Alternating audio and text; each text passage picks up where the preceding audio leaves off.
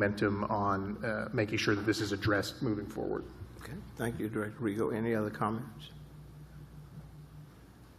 Director Neal Martin. I have one comment.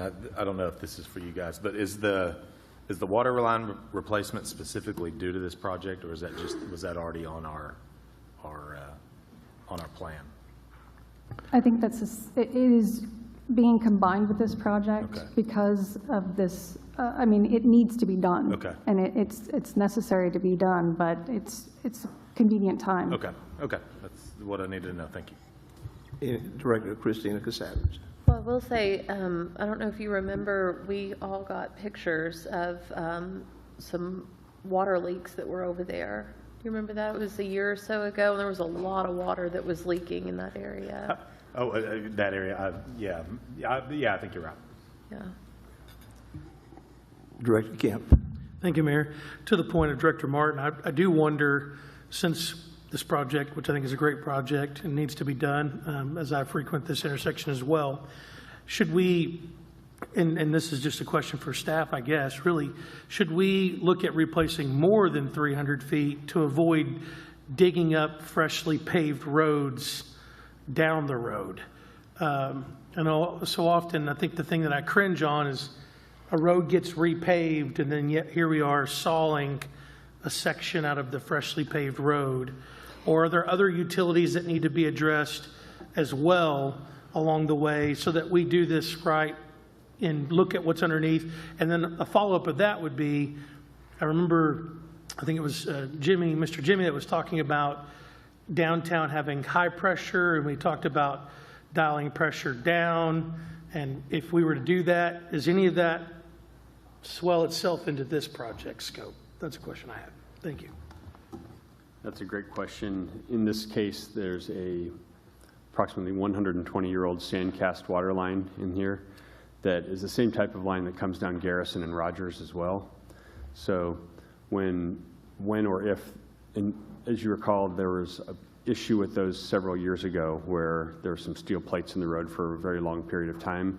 That's because there was problems with the sandcast line, and once it's touched and disturbed, it's very tough to control, and it just keeps on breaking. It's almost like an asbestos concrete line. So with this project, we were afraid that when they start ripping things up, that the sandcast line will be disturbed and we'll have problems. So that's why the bare minimum is 300 feet of the sandcast water line. But I believe there is sewer there as well, but it's already been taken care of in another project. But we'll look into that further. And as far as extending the project, if the board wants to do that and modify the CIP, we could go farther to the northeast and keep on going. But at this time, we would end with what you see as a green bulb out at Parker Avenue. That's kind of a traffic calming measure to allow folks to safely pull out from Parker to see if it's safe to come out, because we thought about putting a stop sign there, but MUTCD, the Manual on Uniform Traffic Control Devices, does not support, in my opinion, a stop sign in that location.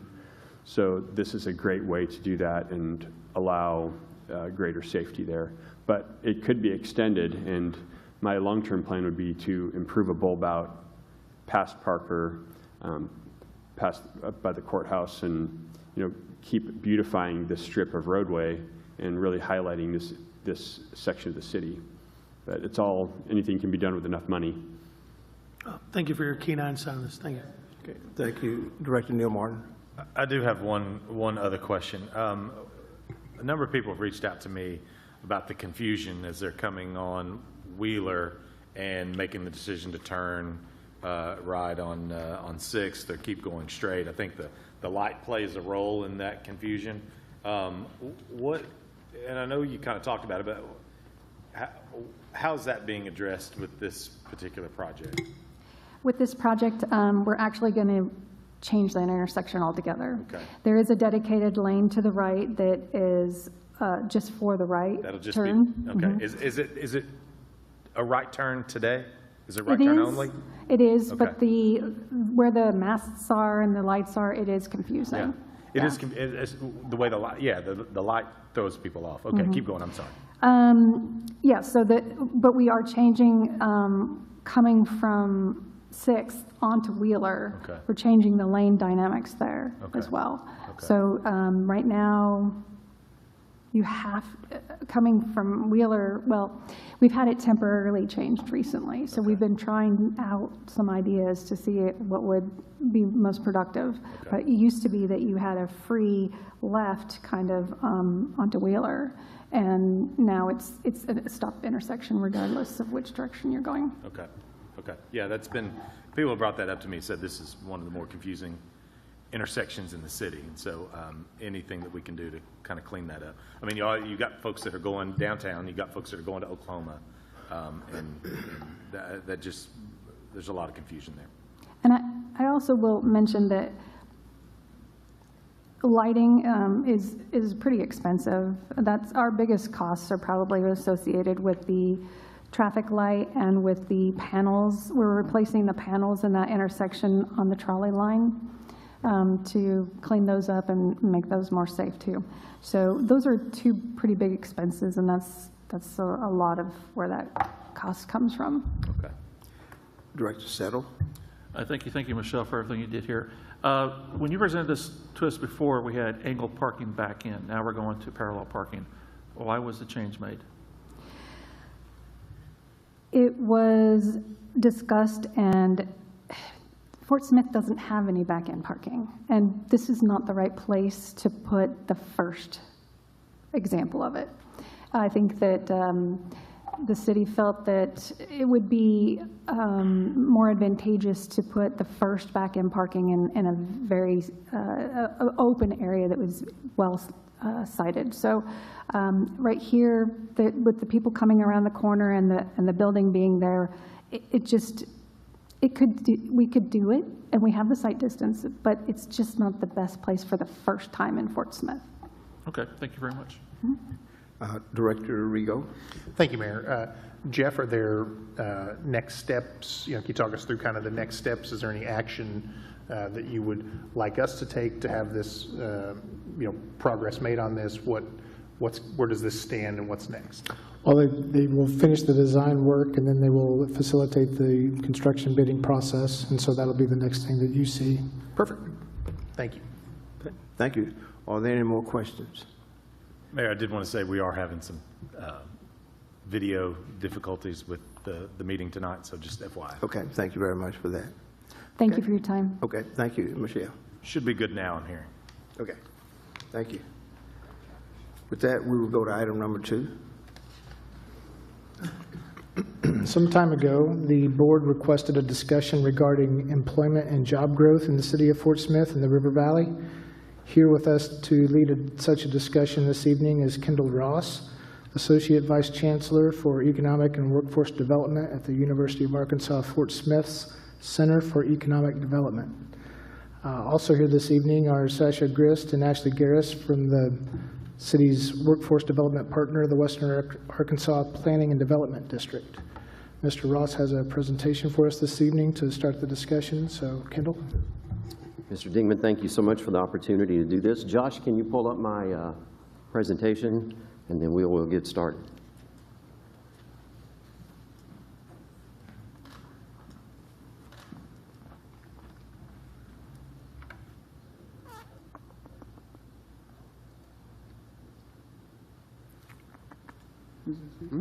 Yeah. Let's see here. All right. Thank you so much for the opportunity to speak tonight. And I want to do exactly what you asked. I want to give you an update on the employment and job growth in Fort Smith. I'm going to walk you through the current labor market. I'm going to look at some trends in some various sectors. And then I'm going to close with what the Western Arkansas Planning and Development District is doing, as well as the University of Arkansas Fort Smith is doing to support workforce development in this area. So the session here is really important for 3 reasons. First, it's to give this update on employment and job growth that you requested. But secondly, I want to look at labor market conditions, and I want to look at some very key sector trends that we see in the Fort Smith Metro. I really want to focus on what's changing, but also what's stable as well. And then finally, I want to tie this data to action and what Western Arkansas Planning and Development District and UAFS is doing to support the workforce development ever. Here's the headlines. Unemployment is 4.4%. Total non-farm jobs, 105,200. So unemployment at 4.4%, anything between 2.5 and 4.5 we consider pretty good. That is normal unemployment. We're going to have people that are in and out of the workforce on a regular basis, and so that's normal for us. We are near the same as the United States, and we're slightly above Arkansas, and we'll look at this specific data as we go through this. The total non-farm jobs are 105,200. That is a record number of jobs for the Fort Smith Metro since right before the Great Recession of 2008. So we have been on a steady climb. I characterize that as slightly rising. And you'll see our total non-farm growth was 0.7% year over year. I think the thing that we need to see here is what's driving it. The gains are primarily in leisure and hospitality, and as well as trade, transportation, and utilities, and government is down. And we'll look very specifically at these data. So in plain English, what does that say? Well, before I get into the charts, which I'm going to show you a lot of data, but before we do that, I just want to kind of give you an overview of what I think this tells us. Fort Smith is stable, and I think that's what we need to hear, but it's growing more slowly than our peers. The drivers, recent gains in service and transport sectors, not manufacturing. Construction is volatile, suggesting some softening over the course of the last year. Our population growth is weak, and because of that, that restricts our hiring capacity pretty significantly. And so the implications for that are basically that capacity matters. Population and labor force trends shape how fast we can grow, and they influence our hiring pressure and our competitiveness. And so as a metro, we need to upskill, and we need to attract, and we need to build our growth sectors. So let's talk about the data for just 1 second. All of the charts you're going to see are based on the Federal Reserve Bank of St. Louis. We use that because it's best for illustrative purposes. The underlying sources are the Bureau of Labor Statistics, and then we use the Compass Report archives, which we produce quarterly to review Fort Smith, Northwest Arkansas, Central Arkansas, and Jonesboro trends in a very consistent way. I do think it's important that we start with some definitions. You're aware of the civilian population, but the civilian labor force are people that are either employed or unemployed but actively looking, and so they have to be actively looking in the last 4 weeks. Employed persons are people who did any type of paid work for the reference week, and that would include people who are self-employed. And then unemployed are people who do not have a job, but at the same time were available to work and actively looking for work in the last month. I do want to make a distinction between people and jobs. The local area unemployment statistics provide us the number of people, so labor force and employed and unemployed.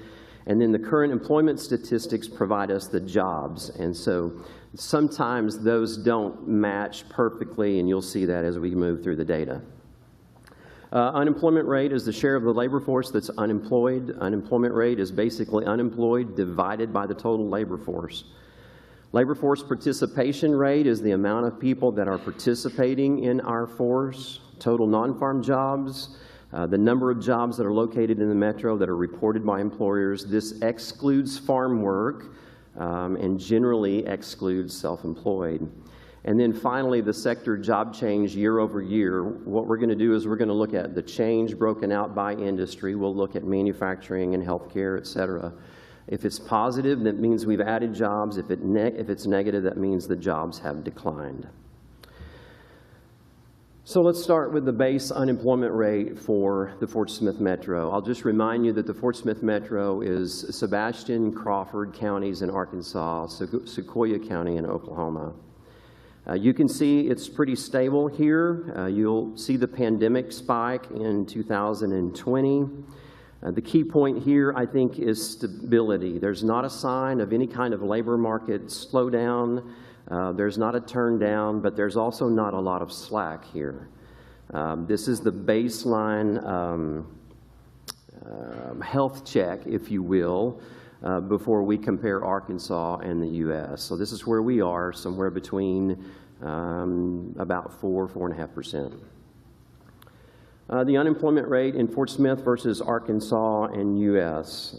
So the red is the United States. The green is Arkansas, and the blue is the Fort Smith Metro.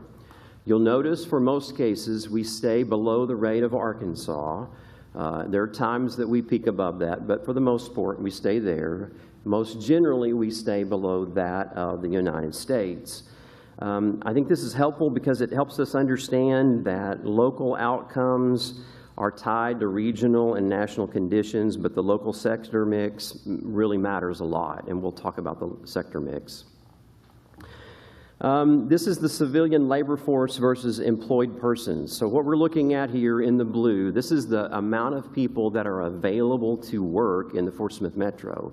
The green that you see is the amount of people that are actually employed. You'll see a difference, probably about 4,000 or so.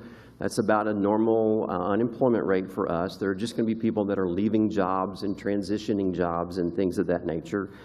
So that's about right for us. Let's talk about resident population. I went back to 2007, and what I did is I indexed 2007 as 100%. So this is prior to the Great Recession of 2008, 2009. So everyone's population, whatever it might have been, in 2007 is 100%. And then what we did is we tracked the population growth. This is showing growth for Fort Smith, which is in the blue. Green is Arkansas. Red is United States. And that yellow or orange or amber color, whatever you want to call it, is Northwest Arkansas. So you can see here that we have had a significant growth in Northwest Arkansas, in fact, about plus 35% since 2007. What constrains us is our population. In Fort Smith, you're going to see a weaker long-run population trend. You'll see a couple of step changes. That's just a change in the way data is reported. But the big takeaway here is really the same, and that is population growth capacity here in the Fort Smith Metro has lagged our peers, and that really affects how fast employment can expand. Let's talk about recovery of non-farm jobs. One of the things I was concerned about was how quickly did we recover? So again, I indexed this to February of 2020, right prior to the pandemic. So our non-farm jobs, I call that 100% in February of 2020. And how quickly did we recover? That's what this chart tells us. So you can see the drop during COVID. You can see the rebound. Within a couple of years, we had rebounded really well. And then you can see this slower upward slope afterward. And the message here is that recovery occurred and jobs are rising, but again, they're rising at a modest pace. Under total non-farm jobs, this is just the actual total number of non-farm jobs. This data is seasonalized here, but the data is right at 105,000 jobs in the Fort Smith Metro. This is the baseline for what we're going to look at when we talk about adding or removing jobs. This is the job count that anchors absolutely everything that we do. This is 105,000 jobs in the Fort Smith Metro.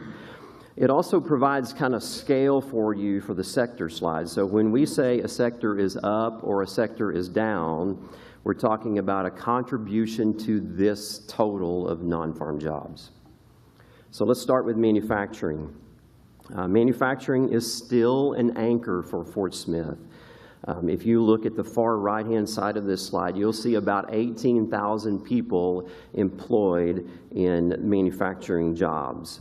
What you do see here is stability rather than rapid growth, and that matters. Our sector mix here in the Fort Smith Metro is different than most of our peers. Manufacturing makes up a little over 17% of our total jobs, and that's pretty significant for this area. There's no other metro in Arkansas that gets anywhere close to 17% for manufacturing jobs. This is a strength, especially when we think about competitiveness and wage potential. Manufacturing jobs are significant for us. Let's talk about construction jobs for a second. Construction is very much cyclical, reacts very quickly to interest rates and development activity. You can see the volatility here in construction jobs. But I'll treat this kind of as an early signal sector. When construction softens, it can hint at kind of a slower momentum for other parts of the economy. I think you'll notice in 22 we began to rebuild. I think the majority of that is probably apartments and car washes in Fort Smith is what I think it is. This is private education and health services. Most of this is health services, so the private education part here is pretty small. You'll notice that health services are really at a record number of employment since actually before 2007, so this is a 20-year record. I think you'll find that health services is a stability for an economy. You'll also find that we don't have enough healthcare workers for our health services today, so this is one of those areas that we can continue to grow on. Let's talk about leisure and hospitality. Leisure and hospitality is kind of a good signal for consumer and service activity. So you'll see the post-pandemic recovery happen pretty quickly. You'll see more recent gains. In fact, I'll connect this to the year-over-year changes. This is one of the great sectors that we saw some increase in. This sector is one of the drivers of recent job growth. And so this tells us that our restaurants, our hotels, and our tourism activity is continuing to increase, and so that's a really good sign. Well, here's the scoreboard.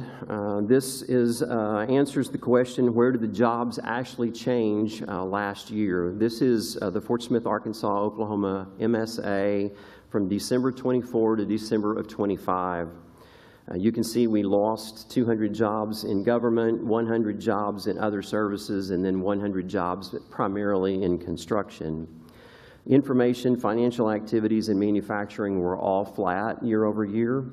And then the sectors that gained were professional and business services, gained 100 people. Education and health services gained 200 jobs. Trade, transportation, and utilities is up 300 jobs. And then leisure and hospitality is up 500 jobs. And so you can kind of see which sectors are driving growth and which are offsetting. This matters because broad-based growth feels a lot different than growth that's concentrated in one sector. So it's good to see that we have 4 sectors that are growing. Let's talk about average weekly earnings as reported. Again, the red is the United States, the green is Arkansas, and the blue is average weekly earnings of all employees in the Arkansas-Oklahoma MSA. I have indexed this back to February of 2020, so I am looking at what has happened post-COVID. Again, everything was indexed back to 100%, and you will see that Fort Smith Metro is keeping up with the United States, and it's also keeping up with Arkansas as far as average weekly earnings. Now, what I do want you to see is at the far top right, And if you'll take 2026 and go up to the top, you'll see we've increased wages about 30% since COVID. So just kind of keep that number in your head for a minute, if you would. I'll get back to it in a second. This is a total non-farm jobs recovery since 2020. Again, everything's indexed to 2020. The green is Arkansas, the blue is Fort Smith Metro, and the red is total non-farm in the United States. What you're going to see is this is probably one of the most important comparisons for us to see. Arkansas has outpaced the United States since COVID, and Fort Smith has grown, but it's at a slower rate. And this doesn't mean Fort Smith is failing. What it means is our pace is different, and that brings us back to sector mix and capacity constraints, what we see here in the metro. So let me just put a chart up that kind of shows you a little bit about how we compare to the other three metros in the state. The unemployment rate in Fort Smith is 4.4%. This was as of December 2025. Northwest Arkansas unemployment rate at 3.1%, Central at 3.9%, and Jonesboro at 3.9%. Again, all of those are what we would consider reasonable unemployment rates. But if you look at total non-farm job growth, you'll see we're up 0.7% year over year. Northwest Arkansas is at 3.6%, Central Arkansas is at 1%, and Jonesboro is at 1.4%. Probably the key here, though, is our manufacturing share. 17.2% of our employment is in manufacturing, 8.9% is in Northwest Arkansas, and Central Arkansas is at 5.4%. I think the key takeaway is the growth gap, especially compared to Northwest Arkansas. I think the manufacturing share also helps us kind of explain structural differences here. Fort Smith is very much manufacturing anchored, which influences how quickly we grow over time. Okay, let's talk about the house price index. Again, these are indexed back to February of 2020, so pre-COVID. What is happening to house prices across the region? Well, red is United States, green is Arkansas, blue is Fort Smith Metro, and guess what? We are continuing to increase. Are we staying competitive? I don't know, perhaps, but if you look at that number on the far right, which is 2025, you can guesstimate where 2026 is. House price index are up since February of 2020, 60%. The average weekly earnings were up 30%. So you can see our struggles here. This matters because affordability affects workforce attraction and affects retention. Even if our job growth is modest, these rising costs can tighten the labor pool and will create pressure on households. So what does this outlook look like for the next 2 quarters? Well, we have some strengths. Our service sector gains continue. Leisure and hospitality is strong. Trade, transportation, and utilities is strong. Manufacturing remains stable. Year over year, it's flat, but that's a good sign. And the total jobs are continuing to rise, but they're rising slightly. The things we're watching, I think we need to watch construction softness. It's a little bit of a decline, and it's certainly very volatile. And there is a definite labor force constraint. That limits our hiring capacity. We simply don't have enough people. What we'll continue to monitor through the Compass reports, we'll continue to monitor non-farm year over year, whether it's broadening or narrowing, and then what's the labor force trend look like? What's the availability? I think the bottom line here is job growth is positive, but it's certainly concentrated in a few sectors, and there are some capacity constraints that we very much need to watch. What does this mean for Fort Smith? This is probably the way I would sum it up. Fort Smith's labor market is stable, but very much capacity constrained. Job growth is positive. Again, we're at a record number of jobs for the Fort Smith area in the last 20 years, but It's narrow, it's very dependent on a few sectors. Manufacturing remains a pillar of the economy, and that's important as we continue to look for more efficient processes. And then the population and labor force trends require focused workforce development and talent retention strategies. So here to speak about Western Arkansas Planning and Development District and the services they offer is Ashley Garris, Assistant Director. Thank you for having us. We at Western Arkansas Planning received the WIOA funds, which is the Workforce Innovation and Opportunity Act Title 1B funding from the state, which ultimately comes down from the Department of Labor. The program is designed to support individuals in gaining skills necessary for employment, particularly those facing barriers to the workforce. This program provides funding for training, vocational training, apprenticeships. We are dedicated to removing the barriers that we have in order to get them back into an in-demand occupation to further their self-sustainability. So we offer training. We do job search, resume writing, mock interviews, referrals with our partners. So we have Wagner Pizer, Adult Ed, Arkansas Rehab are some of our core partners that we partner with here at the One Stop Center downtown. And so you can go there and we will send you to all the partners and they will help you. If we can't, we have to be the last resort, which is just part of our requirements. And so we usually see if Adult Ed can help with the funding, maybe to send you back to training to get a certificate, whether it's welding, CDL, CNA. So we offer those services for adults and youth. So the youth is going to be ages 16 to 24. They provide the same services that we do to the adults, but we also offer the work experience. So we can find an employer that is needing someone, and we can actually pay their wages. We can pay up to 1,020 hours based on the need, and that is at minimum wage for the state minimum wage.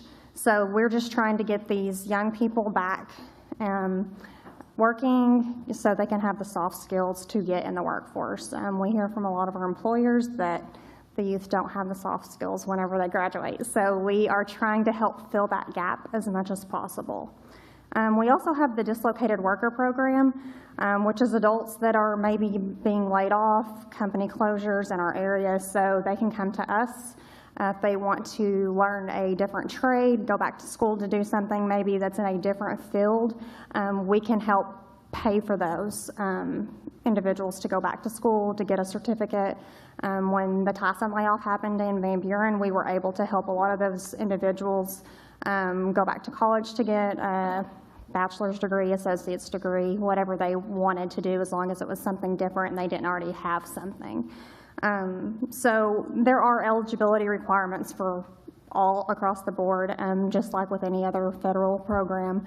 But we do try to meet the people where they're at and help them in any way to try to get them back in the workforce and fill the gaps for our employers in the area. Thank you. Okay. Thank you. Thank you, Ashley. One final slide. Here's how the University of Arkansas Fort Smith Center for Economic Development supports this work. We provide economic intelligence, which includes labor market trends, sector changes, the compass benchmarks on a regular basis. That way, decisions are data-driven. I think that's important. We also deliver workforce and professional training aligned to employer needs. This year, we will introduce Manufacturing Academy this summer, where we will take people who are unemployed and underemployed and provide them with 100 hours of training in a new workforce development center on campus, and we will train them to go directly into a manufacturing job. So our goal would be to take someone who's making minimum wage and move them into a manufacturing role where they can actually have a decent wage and at the same time have benefits, and so we're excited about that. We also have youth apprenticeships that we offer every summer and adult apprenticeships through the Department of Labor. We support business growth and nonprofit capacity through our centers. Our goal is to align partners and strengthen the talent line and keep providing clear reporting, ultimately so that you as a city can track progress. Thank you for the opportunity to speak tonight, and happy to answer any questions. Okay, thank you very much. Director Settle and then Director Neil Martin. Thank you, Mayor. Thank you, Dr. Ross. Appreciate it. Let's go back. The MSA, what counties are the MSA? So there are 3 counties, Sebastian, Crawford, and then Sequoia, Oklahoma. So we're taking those, so it's, you say Fort Smith Metro, you're really talking more River Valley Metro, right? So Fort Smith Metro is defined by the Office of Management and Budget. So yeah, I would call it River Valley Metro. Okay, so everything we talked about was those 3 counties combined, correct? Yes. So just was brought up with Ashley, when Tyson hit and Van Buren hit a layoff, that metro hits us, is that That's correct, absolutely. Okay, so it's just not Fort Smith only, it's the counties as a whole. Absolutely. Is there any way to pull just Fort Smith out of the data? You don't have an answer now, but I would ask that question because this board gets measured on Fort Smith alone, and now we're trying to measure us on a 3-county basis that we have no control of the other areas. So that's the reason I was asking the question. I think the answer is no, but I will go back and research that for sure. Okay, and then the Northwest Arkansas Metro, is that just the 2 counties, Washington and Benton, or does it count anything else? It's Washington and Benton. Okay, thank you. Director Neil Martin. Well, so I think this kind of mirrors what we've seen. There is growth, but it's semi-flat. There is job growth, but it's flat as well. It seems like we've been on that trajectory for a while now. When you look at successful communities and you know, I think we saw one of the slides that Jonesboro had doubled us in terms of that we were 0.7, they were 1.5, something like that. I think that's the non-farm payrolls. And I'm not saying that they're successful. I'm just saying, what are successful cities doing? Because we've got to recruit. We've got to bring people here. We've got to bring jobs here. What are successful cities, and not necessarily just the government entity itself, because I'm not a big believer in government driving all of this, but what are successful cities doing in order to get that population growth, get the job growth, and how can we as a governing body help foster that? Yeah, I'm going to leave those questions to you guys on the city board because that's your job. My job is to report the data and let you figure out how to get people here. And you get them here, we'll train them. Well, you know, I don't think government drives all the strings. I understand. Or pulls all the strings, but I think that government can create a climate that is good. In 2019, 2020, we saw those construction numbers, the building permit numbers, went through the roof. I mean, they're up through maybe 23, 24, they just dropped. In 25, they're starting to come back up, but not. I mean, we're at $500 million in the metro in terms of building permits. We're now at about 280. And that was the difference between 22, 23, and now 25. So it just dropped off a cliff, and now it's making its way back up.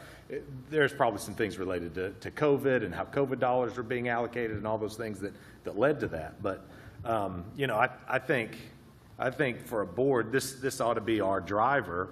And you know, I know that we talk about stability and we talk about you know, that we don't necessarily see the ups and the downs like other municipalities do, but I think we've really got to set our focus on population growth and job growth in order to be able to continue our growth. Now, and the one thing, and Director Katsavas, Christina Katsavas brought this up when we were talking about water, we're having to make significant decisions related to water based off population growth. And we know we've got the FMS mission that's making its way here, and we haven't seen the full impact of that yet. That'll happen over a few years. But you know, if we don't trend at 1.5% growth, which is I think what the projections were made at, then we've got a longer window in which we have to be able to build this water transmission line that's going to anywhere from $300 to $500 million. But you know, I still think we've got to push for growth in population, growth in jobs, because I think my belief, and I'm not an economist, is more jobs come here, that becomes more jobs for all of us, which should drive up wage growth. Is that how that works? Yes. Okay, so absolutely. See wage growth, so we see all that stuff happening together. It's just we got to figure out a way to make it work. Agreed. Director Savage. Well, I think it does look like we are seeing wage growth if wages have increased 30% since 2020. You know, I would say to attract those larger employers here, we have to have a qualified, skilled workforce. And so that's one thing that I've been really looking into is what is available to us. And I know there's some programs through the state that are funded through the state, that they're not just the CDL and things like that, but one of the programs they offered was for someone to get their project management certification. I know that's usually, you know, a few $1,000s. That was available free of charge. And so the director of Workforce Connections for Arkansas, he's actually a Fort Smith guy. And so I talked to him from time to time, and he said, you know, Fort Smith just doesn't take advantage of these programs like Northwest Arkansas does, like Conway does. So that's something I think we need to be mindful about and really looking into going forward. I just held a roundtable for small businesses, and I was asking them, how are wage expectations changing? And they said, over the past few years, things have changed very rapidly. Not only are wage expectations increasing, but people are less skilled and fewer soft skills. And so I think we really need to lean into how do we get our workforce up to speed and qualified. Kendall, do you feel like our numbers on the unemployment, you know, I hear sometimes that these numbers are artificially low because people just drop out of the workforce. Do we see any of that? Well, you'll see some of that, but if they're dropping out of the workforce, they're dropping out of the workforce in a lot of places as well. They're dropping out of the workforce in Northwest Arkansas too. And so this only accounts for those people that are looking for jobs. That's when we look at unemployment, that's what we're looking for. Is it over a certain period of time? Like, Yes, does it measure just for 6 months and then after that? So they report weekly, the unemployment reports weekly, and that is how many people are searching for jobs this last 4 weeks. Yeah. Okay, thank you. Director Neil Martin. Could we get this slide deck? Of course. Thank you, I appreciate it. You bet. Director Kemp. Thank you, Mayor. Dr. Ross, thank you for your... Hang on just one second. Mr., not doctor. Oh, Mr. Ross, I mean, okay. I'll take it if Well, you'll. I thought Director Settle said doctor, so I went there. It was Director Settle, so it's Okay. all right. It's all right. Okay, I looked for him as a senior leader There on you this go. board. Good answer. To Yeah. provide I upgraded senior his position leadership. to doctor, so. Yeah, he's only been around a couple decades. I don't know what his thing is. Mr. Ross, thank you for the great presentation tonight and the data. One question related to Director Settle's question, I wonder, is it easier to track out of the 105,000 jobs for the Metro, how many of those jobs are in Fort Smith? Would that be a way to start deducting into how much of the percentage of the pie we have? I don't know the answer to that, but I will find out. And I'm just curious on that, because I would love to see if there is a way there to see the data of that. And I really like the talent retention strategies that the university and the lady represented here today.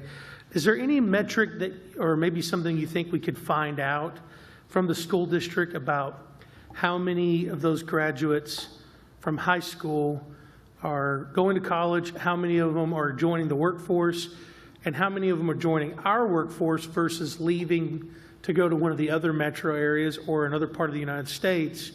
I'm wondering how many of our high school graduates that are just joining the marketplace, are we succeeding in keeping them, or are they going to these other metros?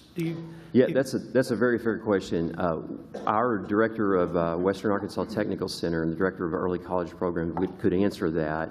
That is something that we do on a regular basis. Is we're training high school students at the Western Arkansas Technical Center out at Peak.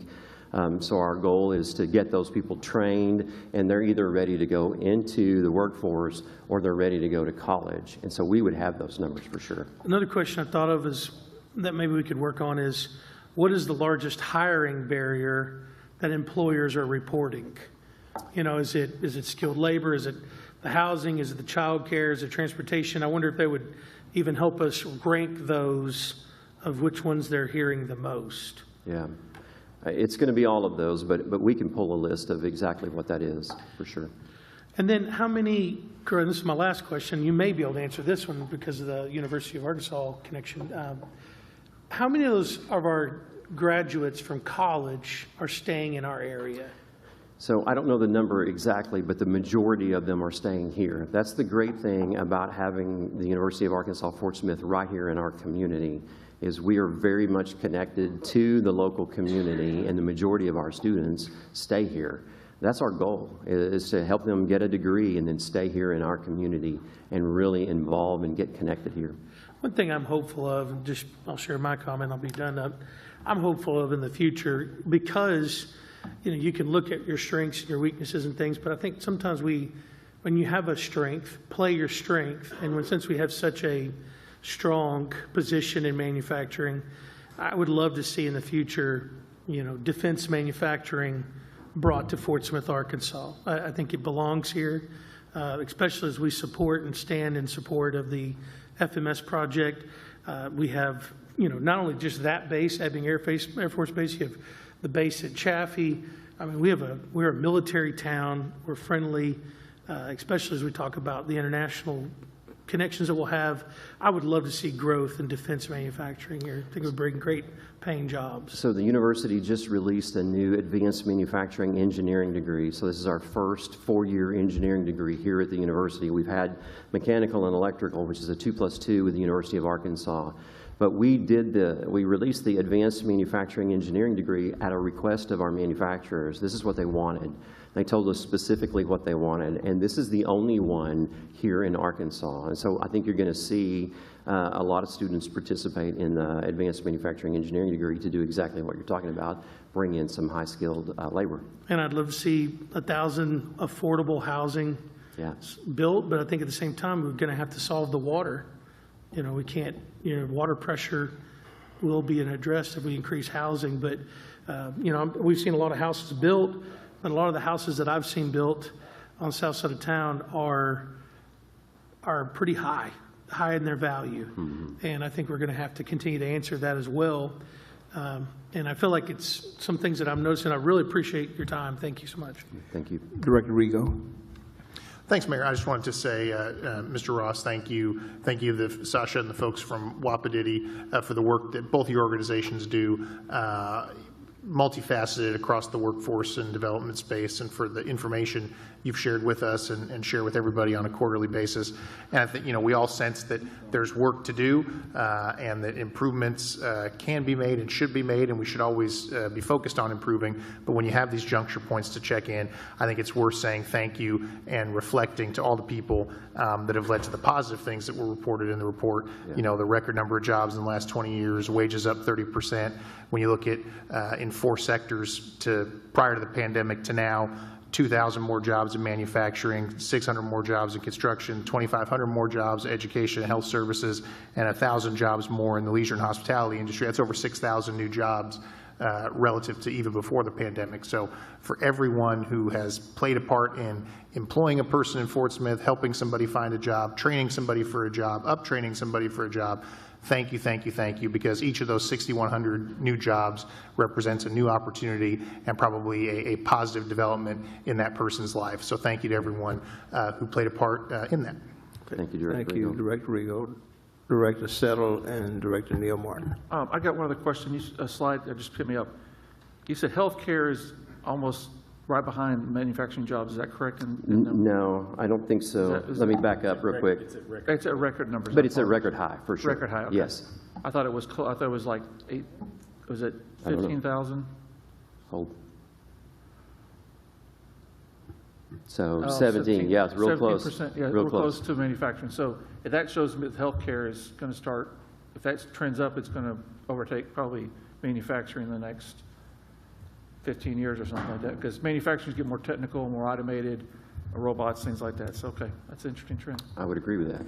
My other question, Sasha and to Ashley, what can we do to get the message out that workforce services out there so the public knows that they can get retrained in those areas? We're a government board, but what can the public do? What can we do to get the message out to those people that need that extra training? So I think it's really just understanding what we do, and when you're out and you hear, I know a lot of like the dislocated worker program, they think it has to be a large company closure or a large amount of jobs. It could be if the laundromat, if a small business is closing, we want to go in and get those into our dislocated workers program. So I think it's knowing what we do and being out, and if you hear, send them our way. Okay, thank you. Director Neil Martin. Mr. Ross, 2 questions. Does this take into account remote workers that aren't working for a company here in Fort Smith? So jobs are based on location. So people are based on jobs are based on where the job is actually happening. So for a remote worker, if the job is happening here in Fort Smith, and let's say it's a University of Arkansas Fort Smith employee and they're working remotely, then we would count that. If they're working for the University of Oklahoma and living here, we would not count that. Okay. That would be a University of Oklahoma job. Okay. That's correct. The next thing I would say is I would like to have this same presentation every year. I think it would be important for us to see this and see if we can track growth. I mean, if we're not measuring it, we can't affect it. So Sure. I want to make sure that we see this. So I'd encourage that, Mr. Dingman. I have a question in that vein. Is this level prepared or easily preparable every quarter as you all do the Compass report work? We provide the Compass report on a quarterly data. It provides most of this information. Is it easily preparable? No, not really, but it's available. Yes, it's available. Thank you. This is all public data, I should say, too. Yeah. I would agree with at least an Yes, annual I agree. presentation. I just wondered if perhaps even multiple times a year. Hey, if we could get it weekly, I'd have Mr. Ross here every week to do it. Director Savage. Do you track retail at all? Because I know typically when we look at sales tax collections, that's the biggest driver is retail. In the Compass report, we look at sales tax data regularly every quarter. I didn't include it in this report. We were really focused on employment and job growth, but we can do that, yes. No, I'm asking, do you track jobs within the retail sector? Oh, yes. They're located under trade, transportation, and utilities. Oh, so okay. when we go to, well, I don't have a slide for trade, transportation, and utilities because it's kind of, it's a job that is real important for the community, and you'll find a lot of people that are plugged into that. The biggest concern is the wages are not as strong as we would like in trade, transportation, and utilities. Not like it is in healthcare or IT or manufacturing. Right. I know there's been some softening in the transportation industry lately. Thank you. Yeah. Any more questions for Mr. Ross? Thank you. Okay, thank you very much, Kendall. Thank you. This time we'll go to item number 3. Item 3 is a discussion requested by the board to revisit the topic of an ordinance prohibiting camping on public properties, similar to an ordinance in Grants Pass, Oregon that survived the judicial scrutiny of the U.S. Supreme Court in 2024. We last considered an item on this topic in December 2024, when after study session discussions, the board was presented an ordinance that was similar to Grants Pass, but with some minor modifications that would be specific to Fort Smith. Ultimately, that version of the ordinance was defeated by board action. Since that time, there has been some community discussion and some separate staff discussion about revisiting a version of an ordinance that would be similar to the Grants Pass ordinance, would be as similar to the Grants Pass ordinance as possible. A draft of that ordinance compiled by the city attorney in late 2024 was included in your agenda packet for tonight's meeting for discussion purposes. That draft in particular does still need some additional refinement. Chief Baker is here this evening. Sean Gard is here this evening. Our city attorney Colby Rowe is here this evening. All have had input in this process in the past, and with that bit of information, I'll turn the discussion to the board. Okay, thank you very much. Director Neil Martin, you recognize. Yeah, I guess I could start it because I talked about this, and you know we disagreed on this particular ordinance back a couple years ago. But really, it came home again when we heard Main Street Fort Smith and the survey that they put out. Now, in that survey, one of the main concerns or complaints of people was homelessness and safety in the downtown area. And I feel like we as a board have got, and this kind of speaks into what Mr. Ross and what Ashley were talking about just a little bit ago. But I feel like we have got to do something or assist in doing something to try to make our downtown thrive, make our downtown grow. You know, I hear those exact same things about their people's concerns about coming downtown. And what I talked when we talked about Main Street Fort Smith in that survey, we had, you know, a small percentage of users or a small percentage of our citizens took that survey. There was a really significant number of citizens that didn't take the survey, and I'm very interested in them. But I think our downtown has a reputation of homelessness. We've gotten emails, we've gotten communication on it, and then also folks don't feel safe coming down. So I think we see that anecdotally, and so I think it's up to us to be able to do what we can do on our side. Maybe it's not this ordinance, and maybe it's not this ordinance, but I think we need to strategize as a board about what we can do to help downtown grow, help downtown thrive, and make it a place where people want to be and are looking to go to for fun, entertainment, all those different things. So that's my opening comment on this. Okay. Director Christina Savage. Well, I think it's important when we're talking about this that, you know, we know it's not illegal to be homeless, and I think sometimes what gets conflated or used interchangeably is homelessness with vagrancy. And so and this isn't just a problem unique to downtown, it's all over town now. But when I hear from business owners, it's people acting unlawfully. And so I think it's important as we talk about this to make that distinction. One of the issues that, you know, as I've looked into this, that we see is there's a mental health crisis, and we don't have adequate resources here. I believe there are some resources identified at the state level that we could be trying to work on with them to see if we can bring our facilities or get a new facility for mental health so that people have somewhere to go to seek treatment. But I do think it's important as we have the discussion that we're not lumping, you know, everyone who's homeless in. We're really, and I think that's what you mean, you're really focused on people acting unlawfully. Yeah, it's also being able to connect them with the services that we offer today. So I think that's part of it. A lot of people, I think we had a lot of people make it appear as though we were criminalizing homelessness. Right. And that wasn't my intent at all. It was more of how can we get them to the services that are available to them, rather than, you know, being unlawful in certain areas in public, those types of things. Okay. Director Rigo. Thank you, Mayor. You know, I just wanted to point out something that I think I said even a couple years ago, and I'm referencing the memo where it says it's generally agreed by staff that such an ordinance would be another tool available to the police department and code enforcement officials as they respond to citizen concerns about homeless individuals sleeping or camping on public sidewalks. I asked this question a couple years ago. Is it not already against the law to sleep or camp on a public sidewalk in such a way that obstructs people's ability to use the sidewalk? Is there state laws on the books about this, current policies of the city of Fort Smith that cover this? What's the current legal picture, Colby?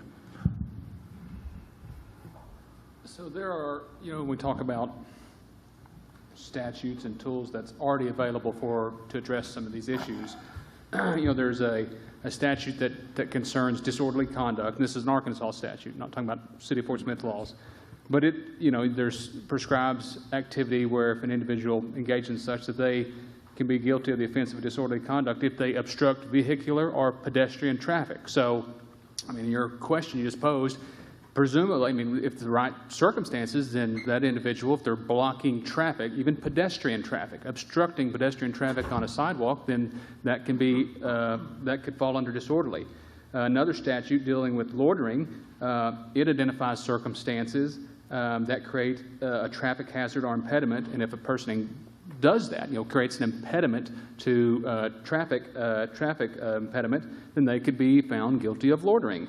And then finally, there's another statute that deals with obstructing a highway or even, again, vehicular or pedestrian thoroughfare. And if that's done, then that individual could be guilty of that statute. So, depending on the facts, there are on the books, Arkansas state law, some statutes that address these things, vehicular, impeding vehicular traffic or pedestrian traffic that may fit your hypothetical.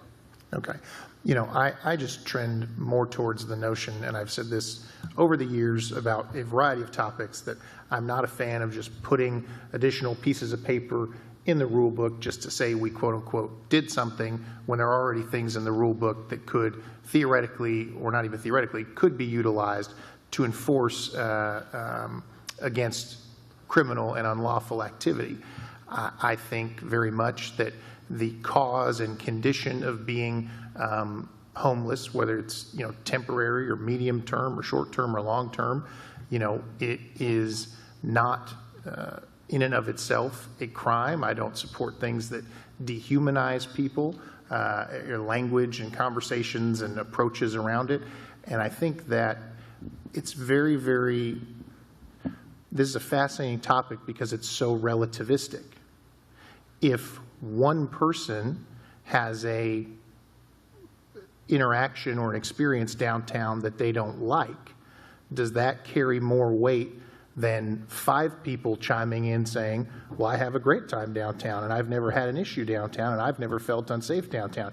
Everyone's experience about their personal safety is, by its very nature, very important to them and almost crowds out anything else. And so it becomes very, very hard when actual data about crime or lack thereof, actual police reports or lack thereof, actual efforts from business owners or lack thereof to report alleged crimes, when that comes into contact with anecdotally driven, experientially driven, relativistic experiences that people have, it becomes very, very hard to adjudicate, to prosecute, to manage as a city. And I don't know that there's a one-size silver bullet that fixes this challenge, which is why I think it's a challenge that lingers across many communities and in many different areas of many communities. And so I think whatever we decide to do, I hope it lands on the side of being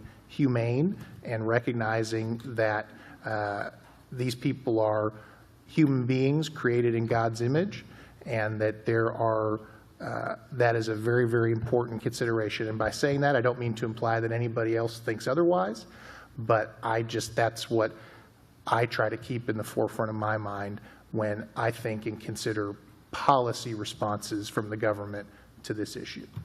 Thank you, Mayor. Thank you. Director Kasavitz. Well, when we talk about what's humane, I don't believe it's humane to enable someone to live on a sidewalk. We've got to connect these people to services, because there are people, we saw this in New York with the snowstorm, the people that weren't able to advocate for themselves and they left them and they froze to death, and we don't want to see that here.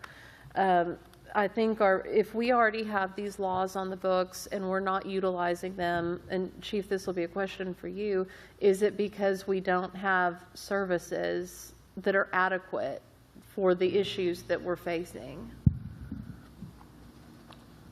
We are utilizing the existing laws. I mean, the jail stays full with homeless folks. A lot of the problem folks that I guess attract the most attention, they don't want to utilize the services. And forcing them to do that is nigh on impossible absent criminal charges, and even that doesn't seem to be successful. You know, because when I talk to business owners, you know, what they say is, you know, their property gets defaced or things like that, and I think that's what we want to put a stop to. You know, growing up, being downtown, you know, we had the one little old lady that pushed the shopping cart, and that was it. And now it's everywhere you go, all over town, and it's people. Clearly, I see it at the library a lot with mental health issues. You know, I don't know that they're of any capacity to refuse treatment. You know, but I think what the problem is that the treatment is so limited. You can maybe put them in jail or get them somewhere for a few days and then they're right back out.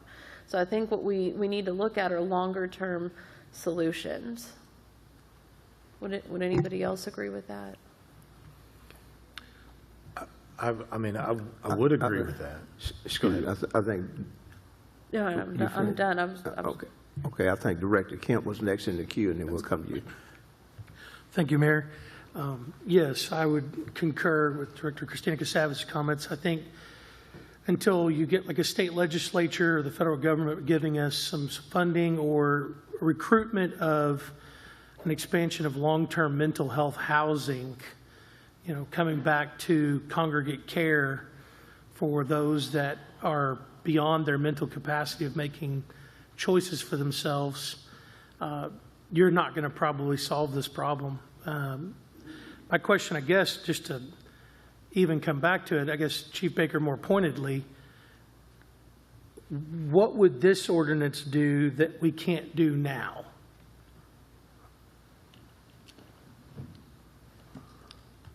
Honestly, I don't know. I don't see that it's going to give us any more options. I mean, Kobe and I have gone back and forth with this, and I mean, this is essentially cite and release. There's a little bit more specific language about sleeping on sidewalks. I think that some of the issues that our officers have encountered where people have made complaints or where we see congregations of people in particular areas. I know 5th and A is a hot spot. 6th Street around the Next Step Day Room.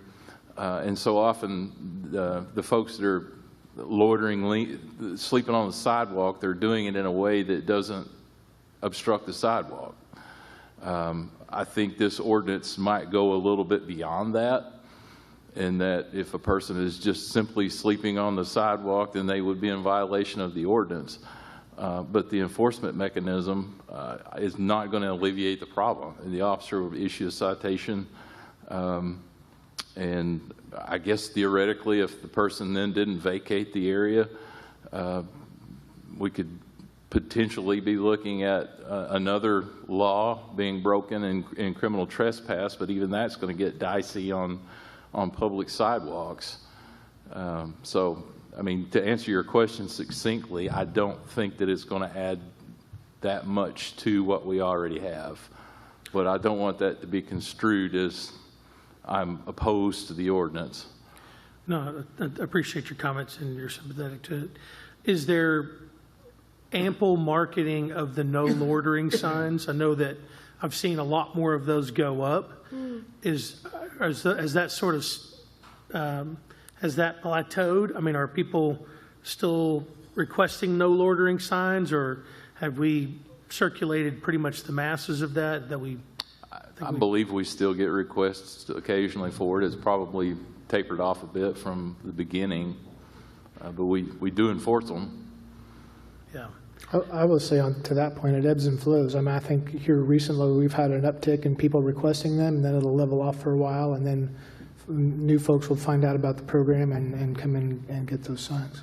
And then I think we have to ask ourselves, you know, shelter capacity. You know, I know the Hope Campus opens up, so no one's going to freeze, because they even are allotted and allowed to be they allow people to sit in the hallways and stuff so that you're not be out when there's freezing temperatures. But do we even currently have sufficient shelter beds if enforcement like this begins?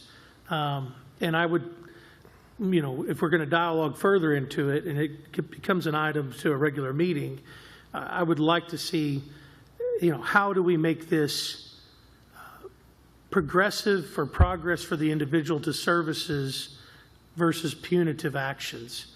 As a person who has many friends in the unhoused community in Fort Smith, just from by nature of what I do for my day job, they have lots of fines on their record, and they have sometimes even warrants, and as soon as they get a public intox charge or a disorderly conduct, then the judicial system obviously has a flag, and they have a rap sheet of things that they've got to deal with. But if you're just increasing citations, you're not really addressing the issue. And I think the thing that, and I don't advocate for this today because I want us to stay budgetly operational, but from a city's budgeting standpoint, we have high expectations for this, but we have zero funding for it. I mean, we're giving pass-through dollars for certain causes, but the city spends $0 supporting any agency or whoever to address homelessness. So I think at some point we have to have realistic expectations because of our unrealistic funding that we've given to the cause. So, I mean, when we talk about animals and cruelty and bad ownership and all of that nature, but it has significant funding. So, I don't have answers for this either, other than if we did a study session about gathering agencies to tell us the benchmarks of that. And I know that Administrator Dingman, you sit through a community session with agencies all the time, and I mean, I wonder what feedback you're getting in that meeting from them. What would they, how could we lower it? The one critique I would offer up to what I've seen and heard is I know that people, we talk about the point in time count and they're talking about it going up. How do we get that point in time count down? How do we trend this down? And I don't, like to see the point in time count swelling when there's a coalition of agencies. If we're coalitioning agencies together, we should be thinking about how can we bring that data down. And I don't know if we just got more accurate and so it was unfair for what we used to have, but the point in time count has definitely gone up. And why did it go up? And listening to those that have their hand to the plow might be a next step for us. Thank you. Director Neil Martin. Mr. Guard, since we had our discussion a while back and that measure was defeated, have you had any observations in terms of what you see in your area of expertise versus the ordinance and maybe things changing or ways that we could make changes to an ordinance? Well, just to kind of add to what Chief Baker was adding, one thing that we have seen across, it seems like it'll go for a lull for a little bit, then we'll have an uptick in homeless that are showing up.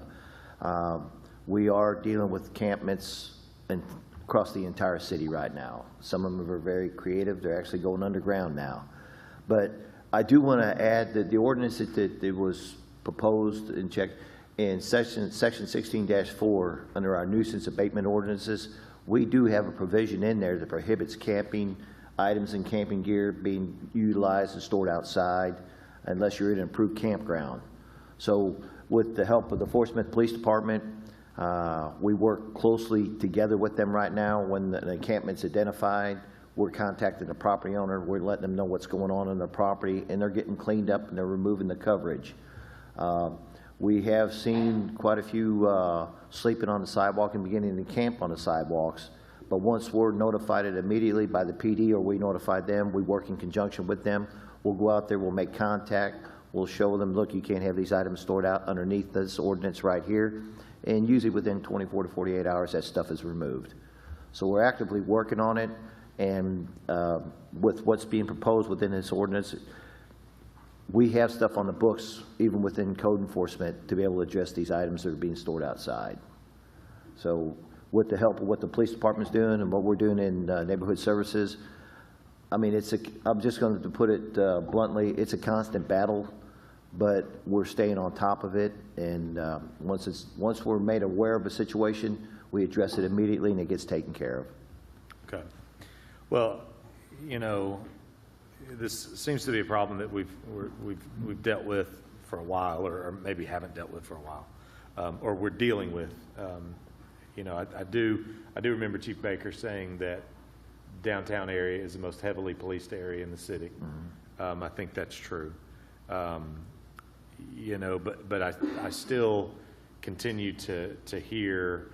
I mean, we got an email last year from one of the administration at Northside High School, just out of the blue, about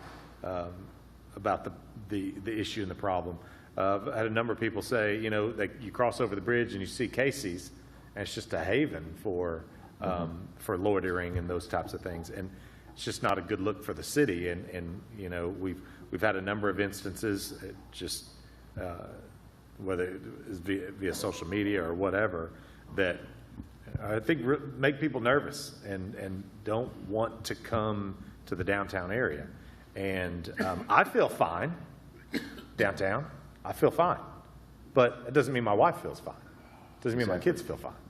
And I think until we have a plan of attack, or change how we do, and I don't know what that is, and I think that's probably what we're struggling with, is we don't know what else we could add to this. Mm-hmm. I think we're still going to see underperformance of our downtown area. We're going to see businesses leave downtown area. I know we saw a lot that came in last year, according to Amanda Hager, but you know, I think we're just going to continue to see. We're not going to see downtown live up to the potential that I think it could. I agree with you. And so I think that's what we have to deal with. And yeah, I don't know what else to say. I don't know what to say. Director Rigo. Oh, thank you, Mayor. Well, I just want to ask a series of questions or illustrate a hypothetical so that we all hear it at the same time, and we have the wisdom and the insight from the chief and Colby if necessary. So if I was a business owner downtown right now, and I felt like somebody was either loitering on my private property as business owner, or somebody was defacing my property in some way, or somebody was being rude, either verbally or physically accosting customers in some fit form or fashion, and I called the police about this, you all would respond, of course.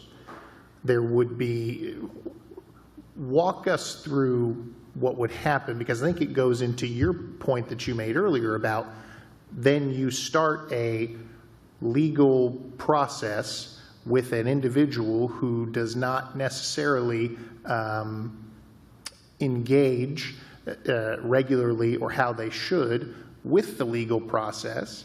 And then there may be, given the gravity of what they do, there may be some time spent in jail, but it all just kind of loops around and around and around. And there may be a situation where you create a deterrent for that person, for that individual business, but it doesn't mean that they're not going to crop back up into that region. And so I believe it's very challenging to police your way out of a challenge of certain people making other certain people feel uncomfortable, or even people breaking the laws that currently exist around businesses. And I mean, just what does that actually look like if a business owner calls and says, hey, there's a person who is breaking the law, I think, at my business?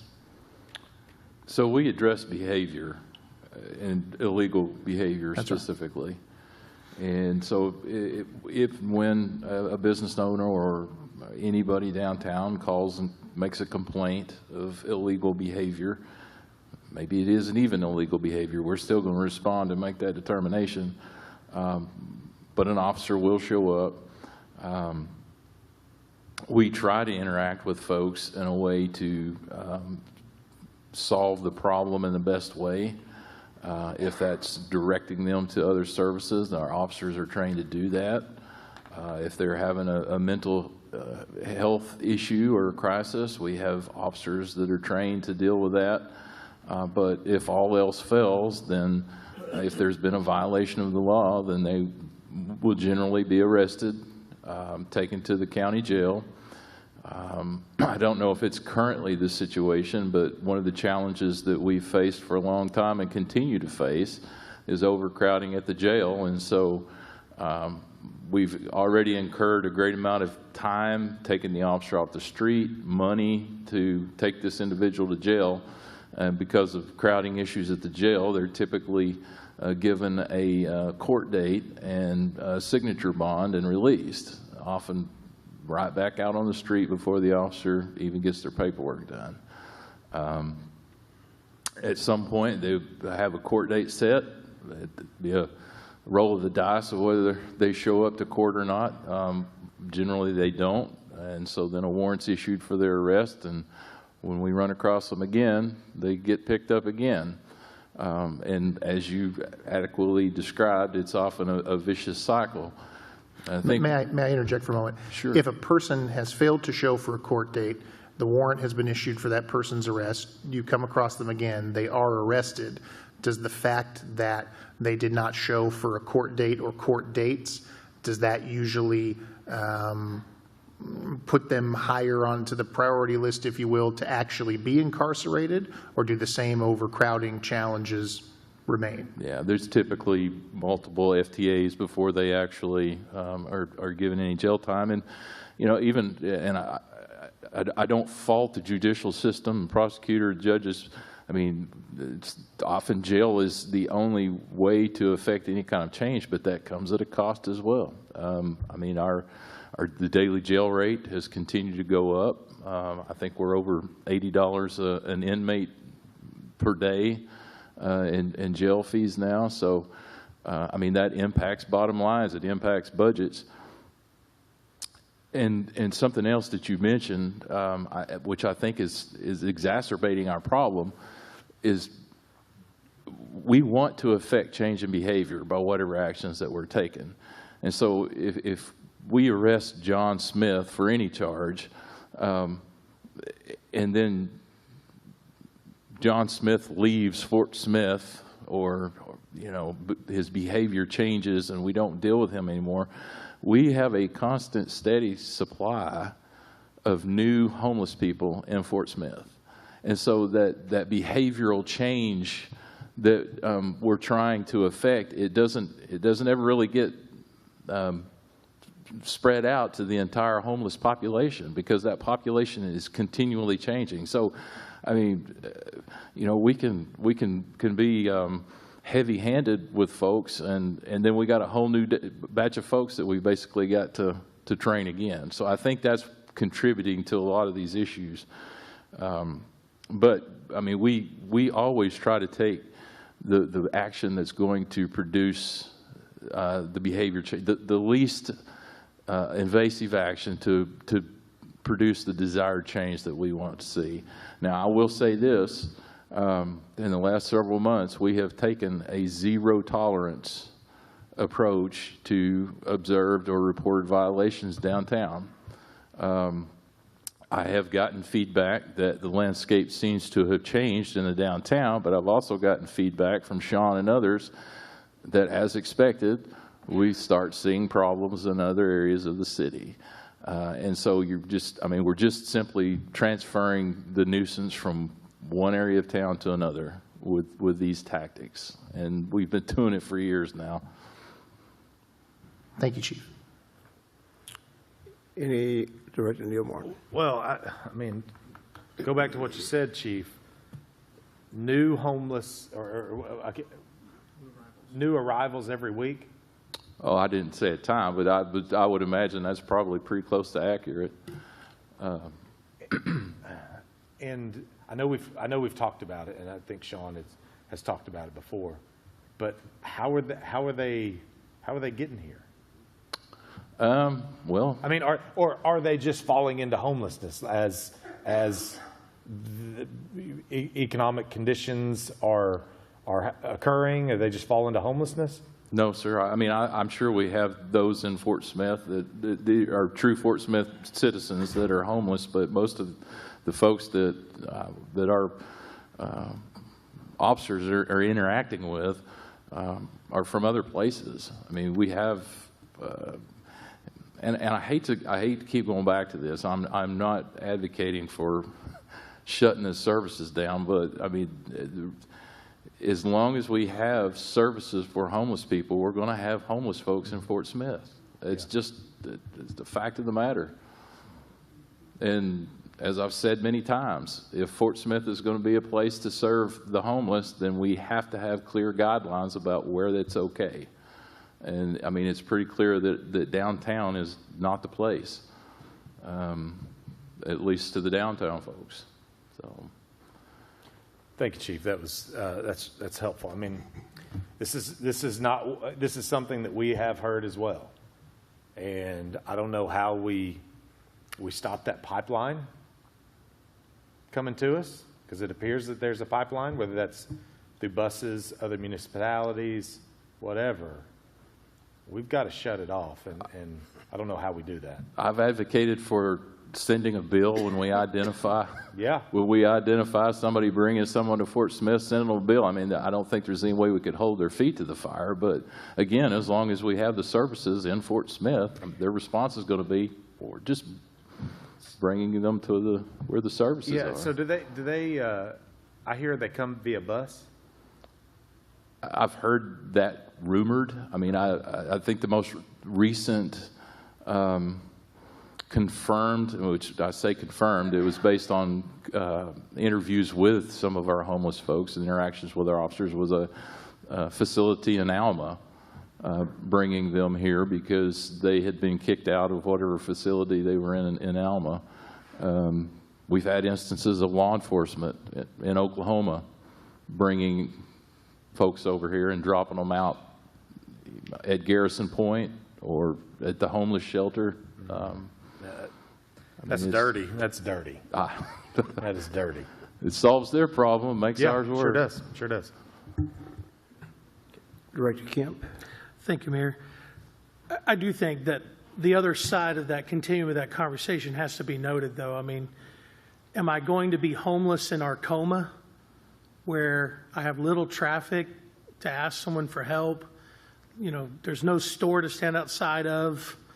I mean, by nature, metro areas have homelessness.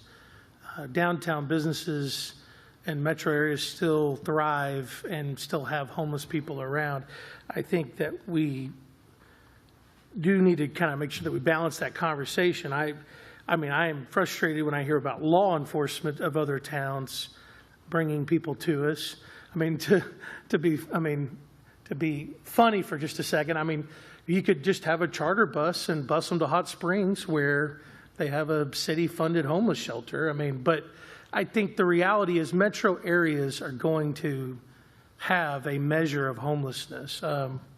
But just simple ideas, whether this is funded by the nonprofit sector for those that may be watching online, or if this was to be supported in some way through a grant or through city, you know, the more you increase street outreach.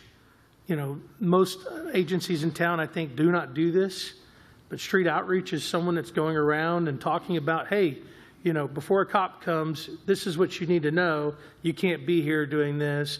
Here's places you can go. Here, I can arrange you a ride. You know, they'll come by and they can pick you up and they can help you. The ESG grant match that the Hope Campus manages, just today, I've helped someone out of homelessness utilizing that resource, but it is a reimbursement process. And sometimes their funding, because it's reimbursement, is so low as an organization that they're not able to utilize the maximum ESG allotment that they can spend.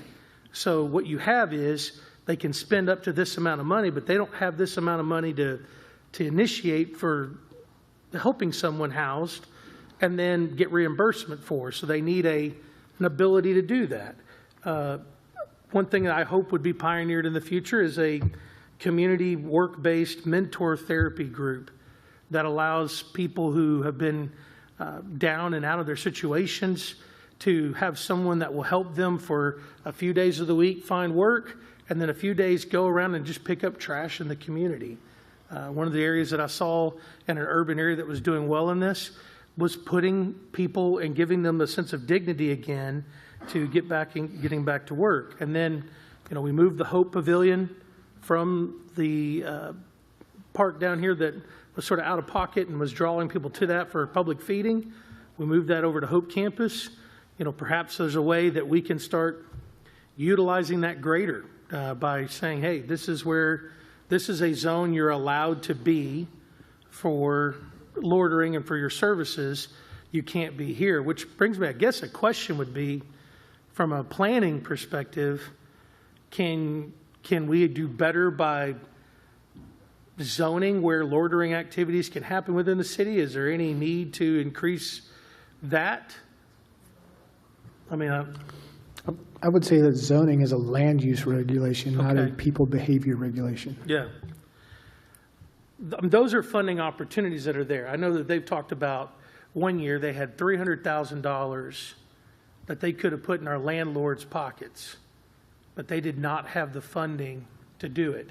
And that funding would be not just spent. I mean, it would come back.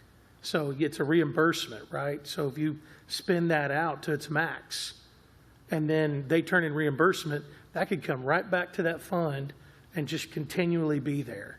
And we're not utilizing that. We're not utilizing the ESG grant funding that we've been allotted for our community, which would help our landlords, it would help some of the unhoused population.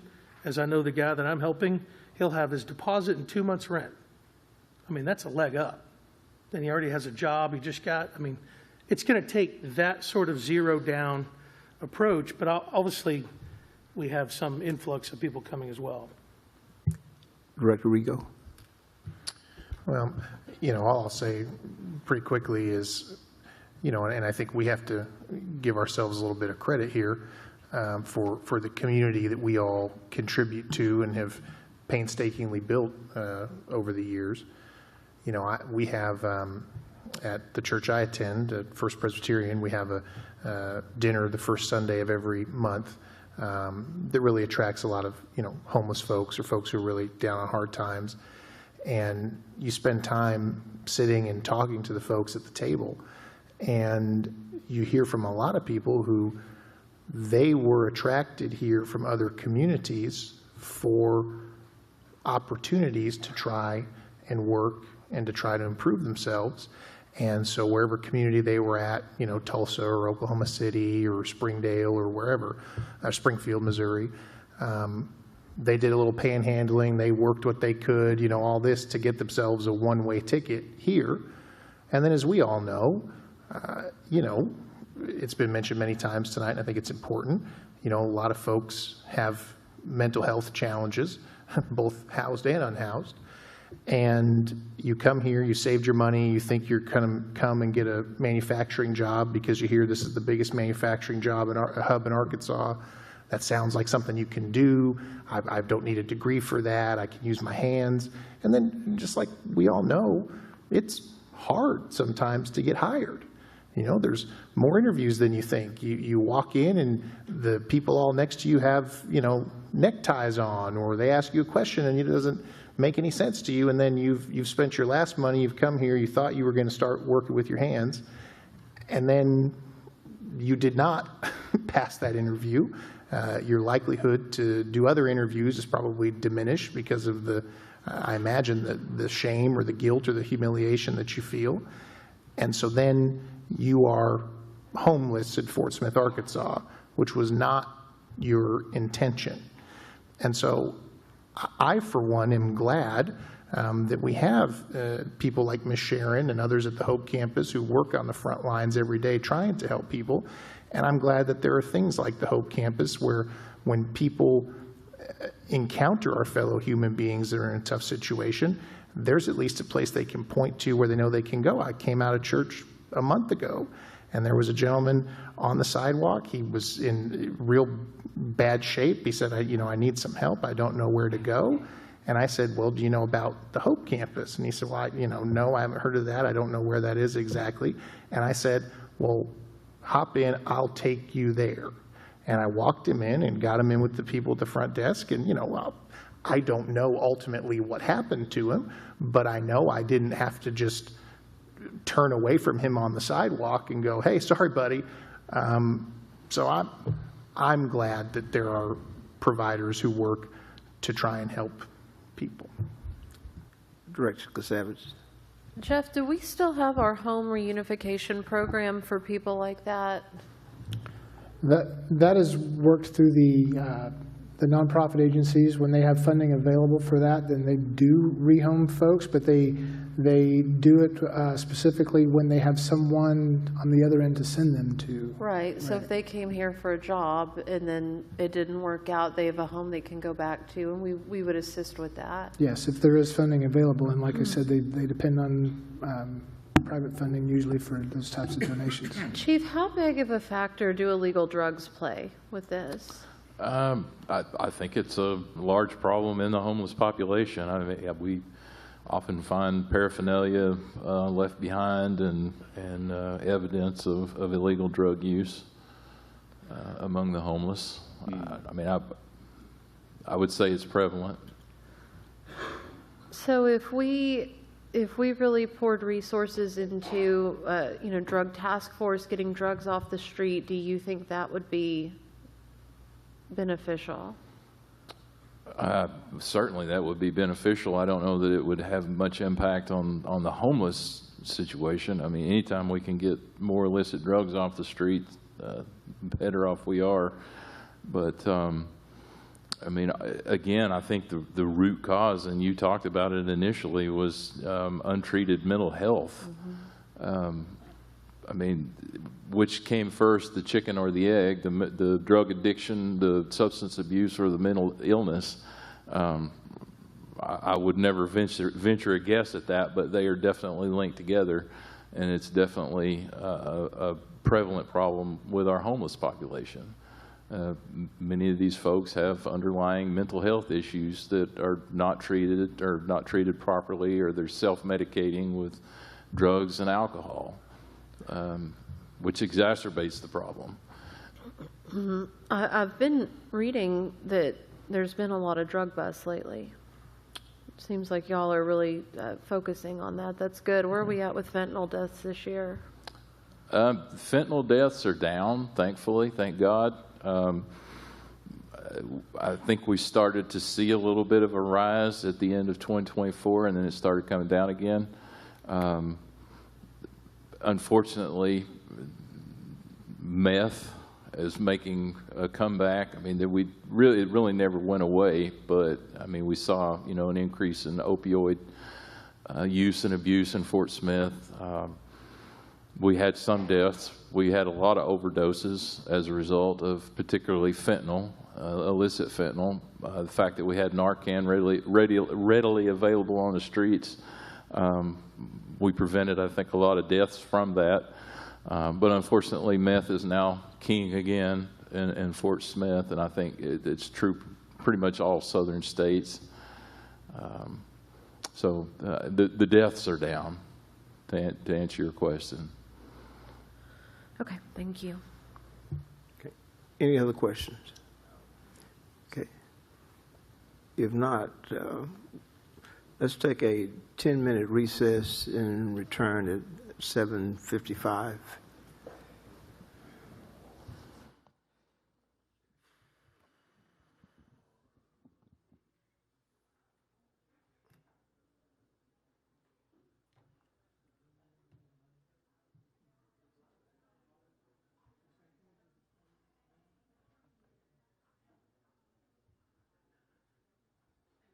George, we're going to be here at 10 o'clock.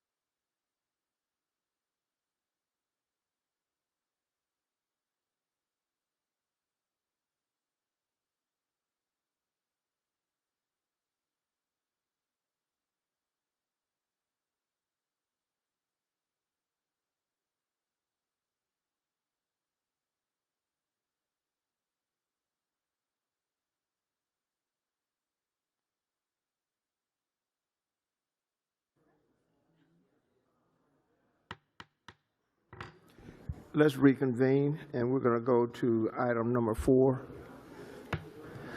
Thank you, Mayor. Item 4 this evening is a review of security lighting in alleyways.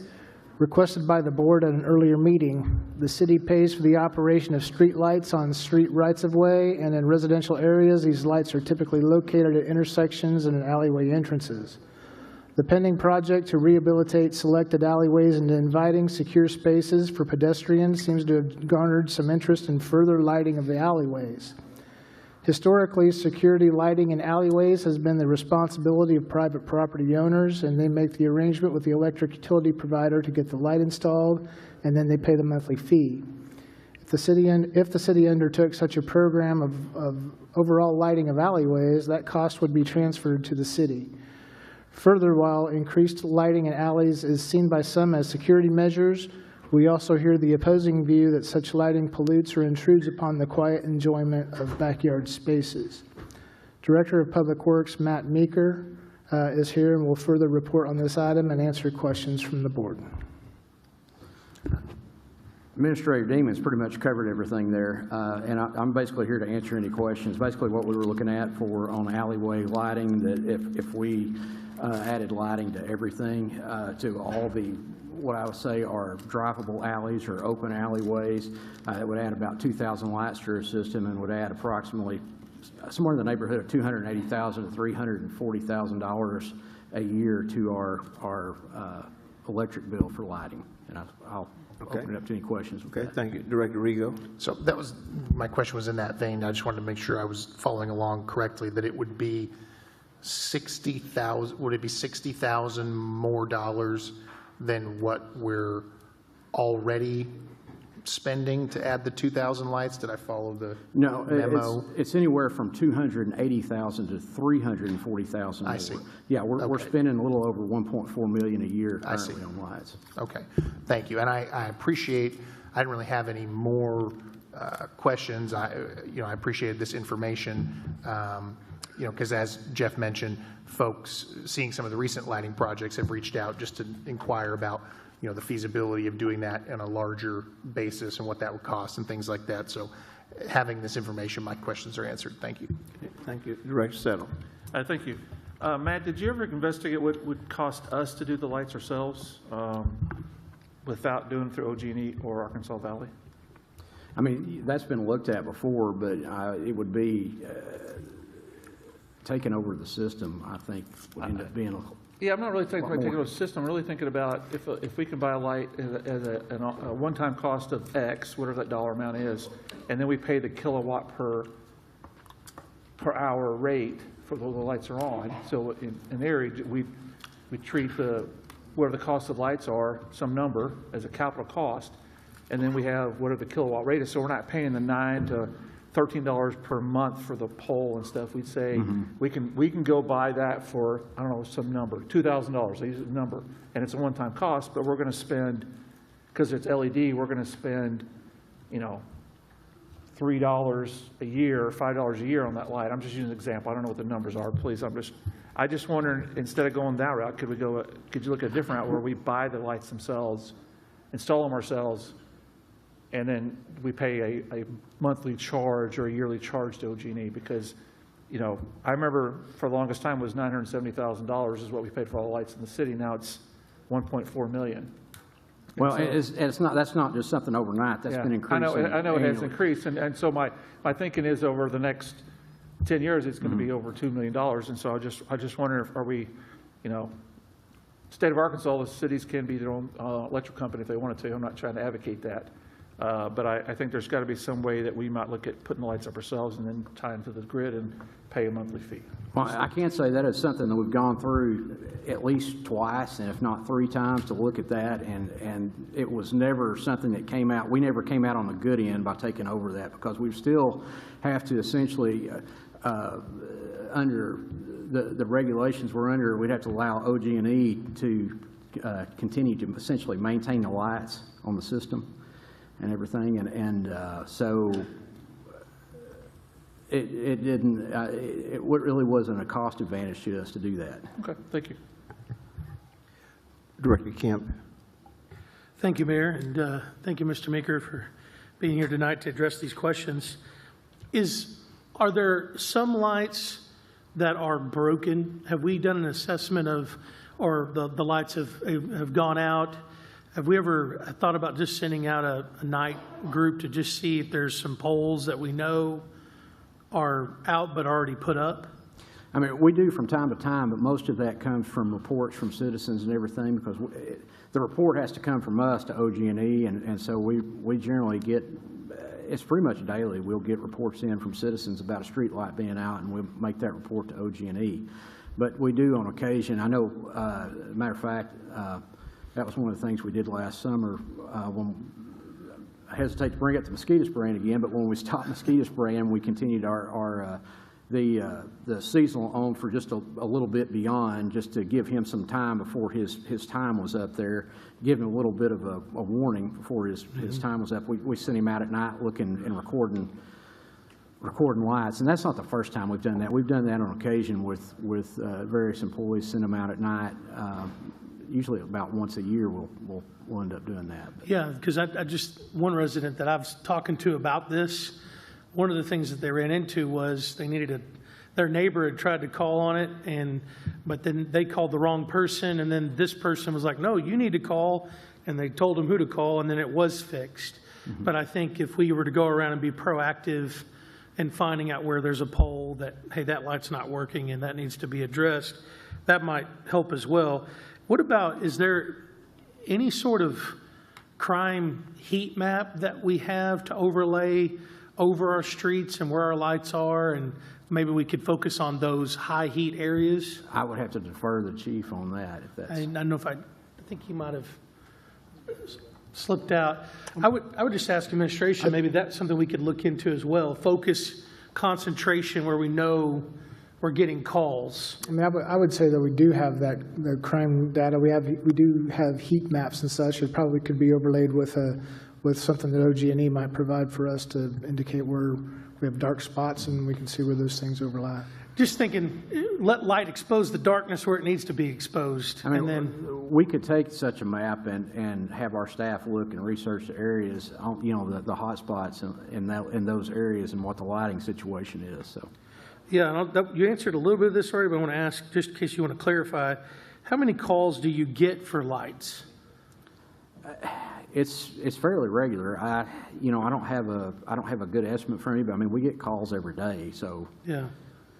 What about a budget? I mean, if let's say and I don't know if there's a sentiment there among this board yet or not, but if we were saying yes, go, let's put the lights where you think we should put those lights and take on this budgetary expense, how does this affect the budgetary structure of your budget for being balanced? Well, the money has to come from somewhere, and of course, we generally run a fairly healthy fund balance and everything. But I mean, if we keep doing stuff like this, it's going to be an annual expense. Not only an annual expense, as Director Settle pointed out, the cost is all our utility bills are going to continually go up. And so at some point, we're continually adding new. You got to consider too, our light count isn't fixed. We're continually adding new lights when we have new developments and everything too. So we get new lights every year that are added to the bill. So do we really want to take on that burden? I mean, it might cause us to have money troubles in the future. It gives me pause and concern to do that. Well, and I even wonder as well. No, I don't see.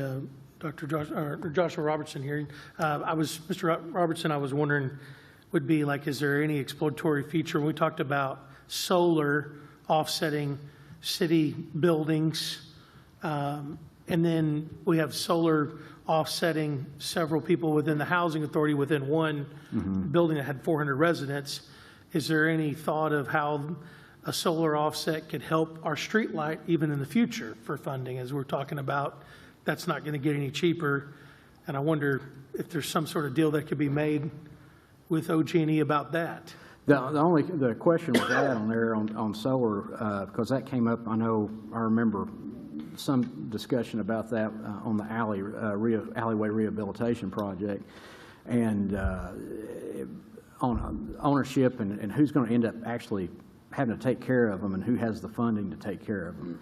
And perform maintenance on those lights and everything. Because those batteries that are required for those solar, the solar powered lights, I mean, those aren't going to last forever. Those are going to go out. And if you put in a bunch at once, you're probably going to have a bunch of batteries go out at once, probably a huge expense.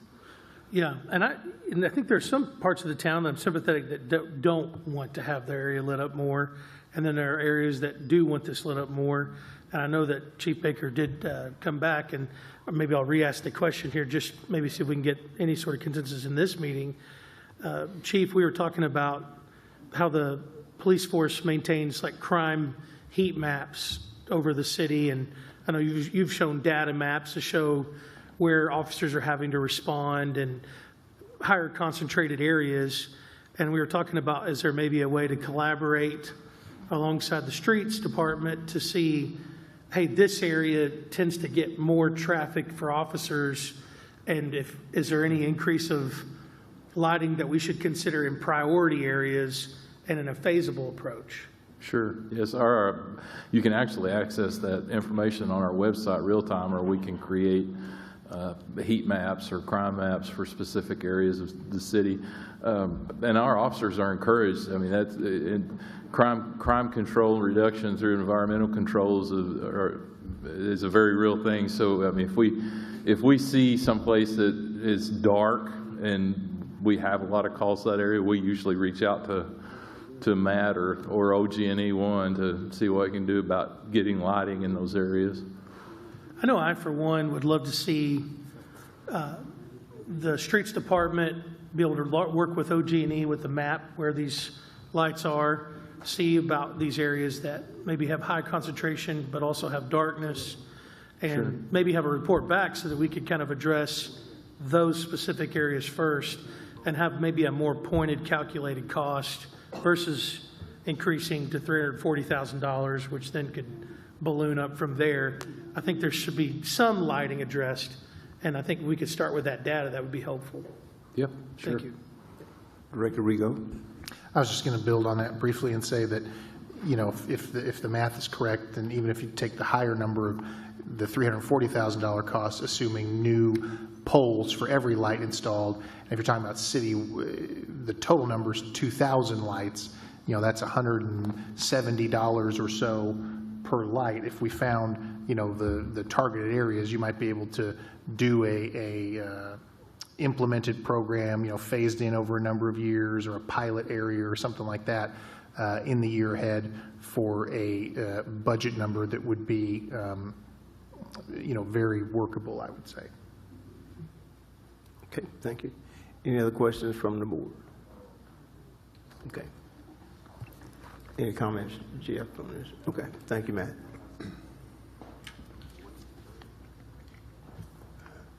We will go to item number 5. Item 5 tonight is a review of the bids received for construction of the Parrot Island Waterslide project. This project was originally bid in October 2025, and the bids received were well outside the project budget. Subsequently, the project scope was refined, the budget augmented, and a contract for construction of the concrete footings and pump house was awarded. At the board's direction, that award was repealed, and staff again sought competitive bids for the construction pump house scope of the work and separate bids for the aquatics components and plumbing scope of the work for this project. On March the 5th, the city received 3 bids for the construction pump house scope and 2 bids for the aquatics scope. The bid tabulation results were included in the board's packet for this evening's discussion, and staff recommends advancing resolutions to the March 17 regular meeting to accept the bids and award contracts to the recommended low bidders. The recommended low responsive bidder for the construction portion of the project is SSI Incorporated, with a total bid of $1,751,910. The recommended low responsive bidder for the aquatics portion of the project is Clarity Pools, with a total cost bid of $664,200. The total of both bids amounts to $2,416,100, which is within the dollars appropriated for this project. The previously approved and then rescinded contract addressed only the construction pump house scope and was approved at $1,739,934.12. So the recommended contract from this process is an increase in cost of $11,975.88. We did not yet have pricing for the aquatics portion of the work that we could compare to the current bids received on March 5th. With that introduction, I'll turn it to the board for additional discussion or questions. Thank you. Any comments from the board? Director George DeSavage. Jeff, Clarity Pools, Yes, sir. their bid was the what you just stated, right? Yes, sir. Okay, Burton Pools also bid on it. What was their bid? The bid was $682,500 plus the $32,500 payment performance bond for So what was the difference between those two be? $715,000 versus $664,200. So what's the difference between Burton and Clarity? $50,000. But you know, for 50, do you not think that Burton, being a local company, would?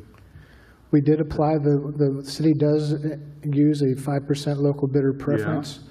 We did apply that, and even after the application of that 5% bidder preference, then Clarity Pool still is the responsive low bidder.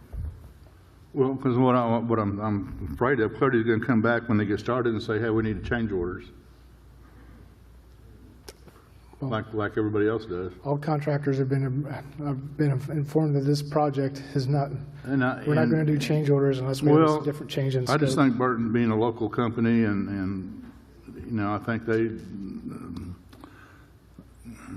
so the bids are final. There's no more change in bids, right? Those are the low responsive bidders, yes, sir. I mean, when we go if through Burton were to come back and say, hey, we could save some money here doing this, would that's what we tried the last time, George. Yeah. And we waived competitive bidding and authorized projects, and then we found ourselves having to do it again. So that's why we're here now. Okay, thank you.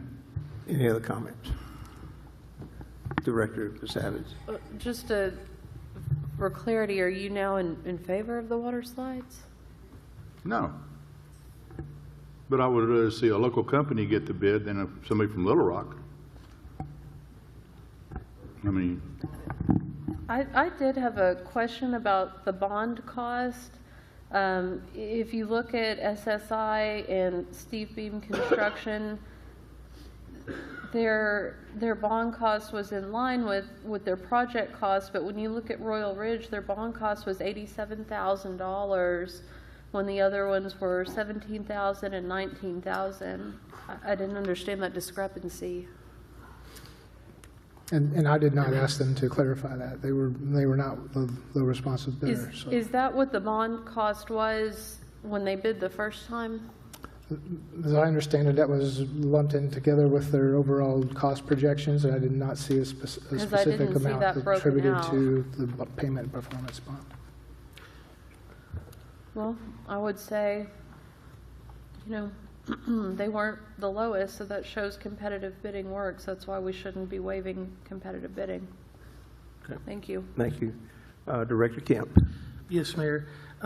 One, I just want to say thank you to the local contractors. I mean, that is, this is evidence of, you know, that things were still above board.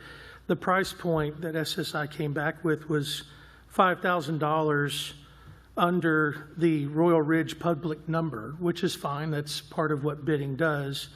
But Royal Ridge was the one who approached staff and said there's a way to bring savings. And then these prices being so close together from Royal Ridge to Burton Pools and Spas is evidence that they were right. And though both of those companies are not low bidders, they won't be awarded, they were the ones that did work hard to bring these savings to our community. And I want to say thank you to them, because before this, the RFB was in a process that was not going to be affordable. The bid price on the bond cost, the $87,831.75, is actually already in their number, but by the time you factor that with SSI, it's still that SSI is the low bidder.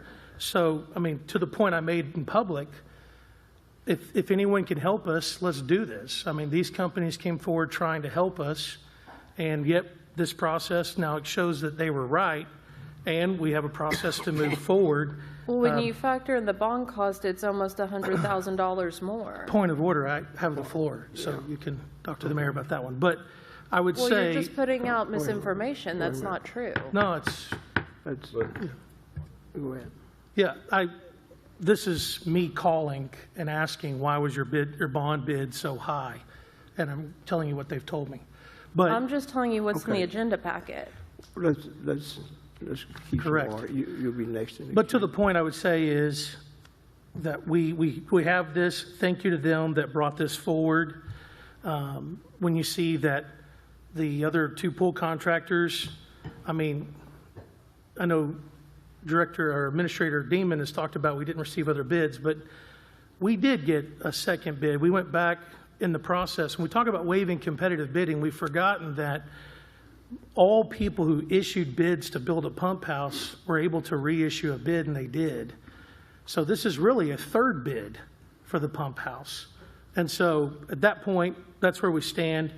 I'd like to make a motion that we put this on the next regular meeting to be approved in accordance with the staff recommendations. I'm going to go to Director Casavage Second that. before she was in the queue. You want? No, I was just making the Okay. point that it's not within the same amount, that when you factor in the bond cost, it puts Royal Ridge at $1,844,000, nearly $100,000 over SSI. Okay. And we do have a motion on the floor. Second Director Kemp's motion. Okay. Okay. All right. Thank you. With that, we will go to item number 6.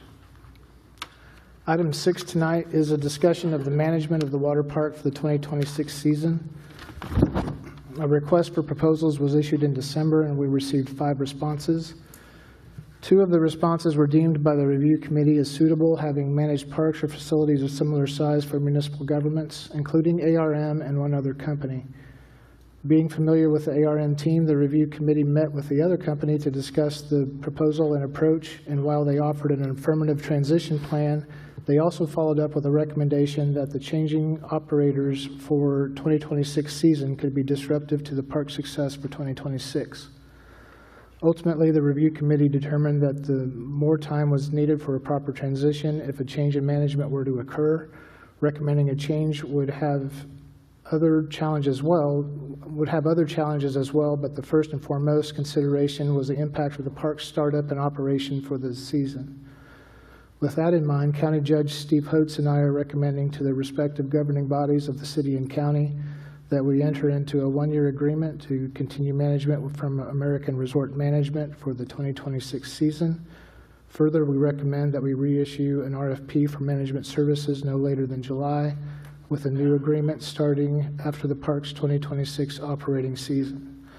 This direction would encourage ARM to stay fully engaged in the audit process, which they have been, as well as additional reporting elements and frequency and management review during the operating season. With that introduction, I'll stand for questions. Director Casavage, you recognize? Jeff, when will the audit be concluded? I believe it's soon, correct? Well, they will be on site to do most of the audit work during the month of April. We anticipate it'll be a May or June delivery. You know, this just feels like such a slap in the face to the people of Fort Smith.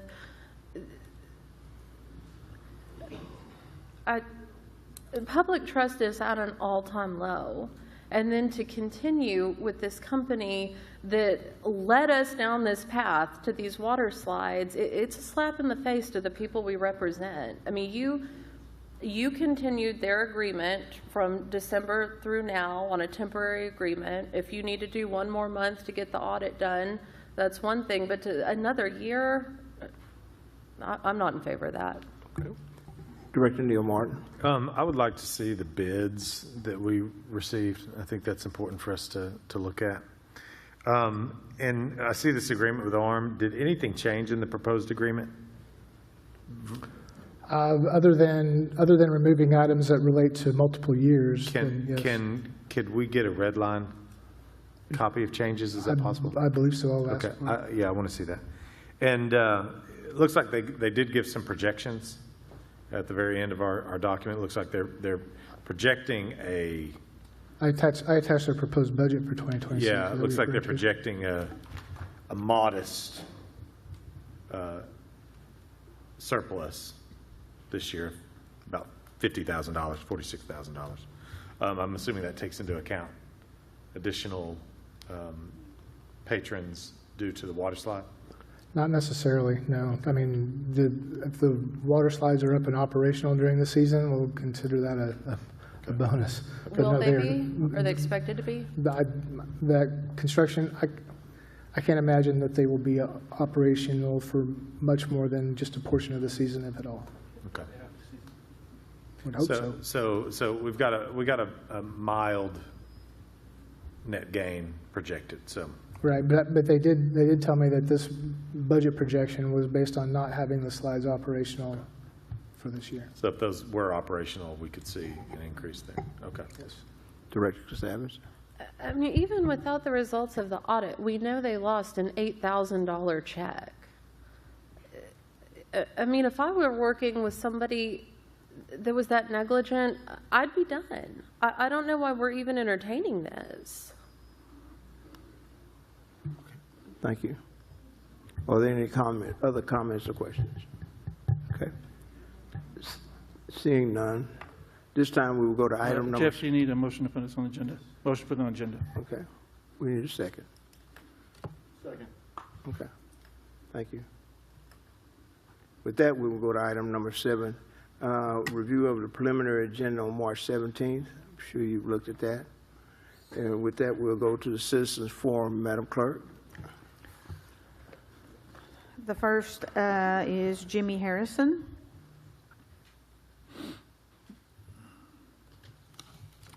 And each will have 5 minutes.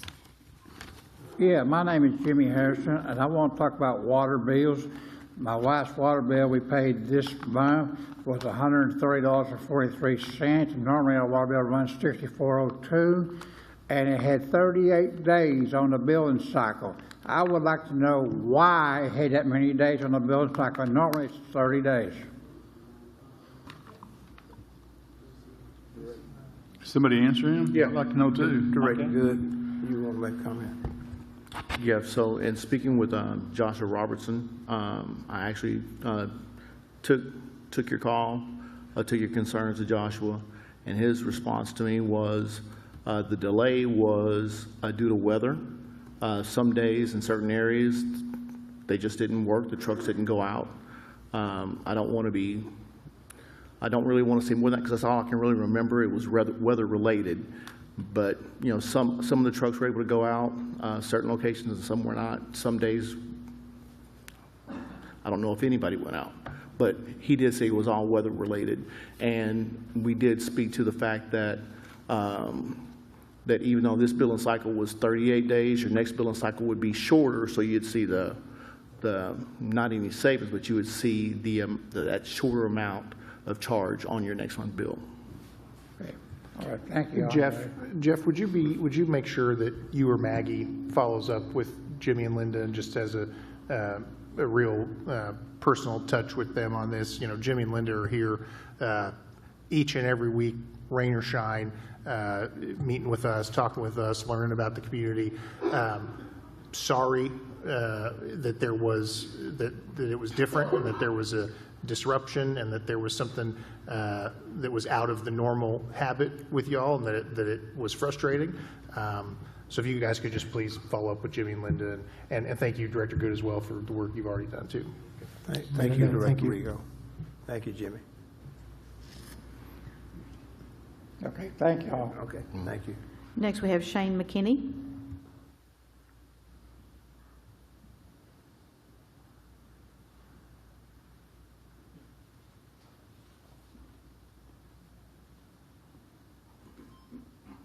Hi, everybody. So, haven't spoke to you guys in a few days. It seems like a couple months, because I haven't had a whole lot to say. We've been working on a lot of things, but I wanted to make this announcement publicly before I started doing this. We have finally gotten back our petition from legal. So starting tomorrow, we're going to be petitioning to change the government of the city of Fort Smith from an administrative form of government to a mayoral form of government to put on the ballot in November. We're We've been putting a lot of effort into this to make sure we do it correct. I feel like I found a lot of supporters and a lot of people that are ready to make a change. I know that you guys are about to start an administrative search, and I feel like this is going to probably become a challenge for that. So my suggestion is this: it's possible for the board to decide to make a motion to vote on changing our government to a mayoral form of government instead of an administrative form of government, instead of waiting for this petition to come through. We only need 2,619 signatures to get a vote on this. I've gotten a petition with 29,000 signatures submitted in Crawford County before. It's very likely that we will succeed in doing just this. But while we're doing this, I'm going to be doing PRs. We're going to be doing public announcements frequently. It probably isn't going to help the administrator's search during that time. I think the writing is on the wall that the citizens don't like the way our government has been deciding things for a very long time. And I think it's time that we separate the executive and legislative parts of our government and create two different entities with two different balances. I think the citizens are in favor of that, and I think you'll find it's something worth considering. I do think it'd be less painful if it came more quickly than we put an administrator in and then we immediately have this change and we possibly end up with a less than spectacular person because they're worried about job longevity, knowing what we're trying to change. So I'd like to create a discussion around that, at least bring it forward to all of you at once. I've talked to several of you independently, but I think this is an issue worth discussing. Thank you. Okay, thank you. Next, we have Gary Podgorski.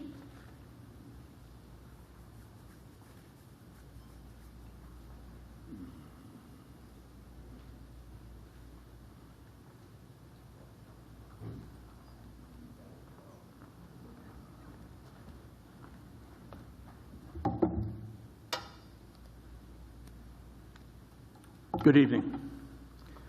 Just to go over tonight's agenda.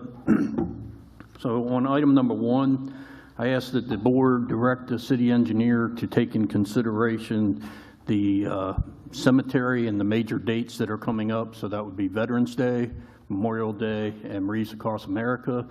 I'm not asking that you guys stop construction or slow construction or anything like that, but that you ask the engineers and maybe the Chief Baker to come up with a good traffic plan, because the cemetery is going to be packed on those days. Number 2, I don't have anything, but number 3, I want to make sure that the board is aware that any veteran that is homeless can go through the VA and get shelter, period, dot, end of sentence, okay? So there are services over at the CBOC that those veterans are able to use. You know, the slides for the Necromancy Waterpark that never dies, no, I'm not even going to go that, but I do agree with Director Christina Castavish. ARM needs to go. I mean, they absolutely need to go. I don't understand how anybody can conduct business like that. And with that, City Clerk, I yield back the remainder of my time. Thank you. Madam Clerk. Next, we have Joey McCutcheon.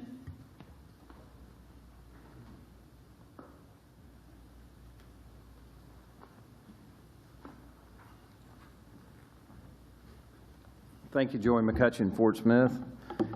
I would like to talk about the military project for a minute. Seems like the board has just delegated every single ounce of authority to the Chamber of Commerce, and to me that's a little bit sickening. More than a little, actually.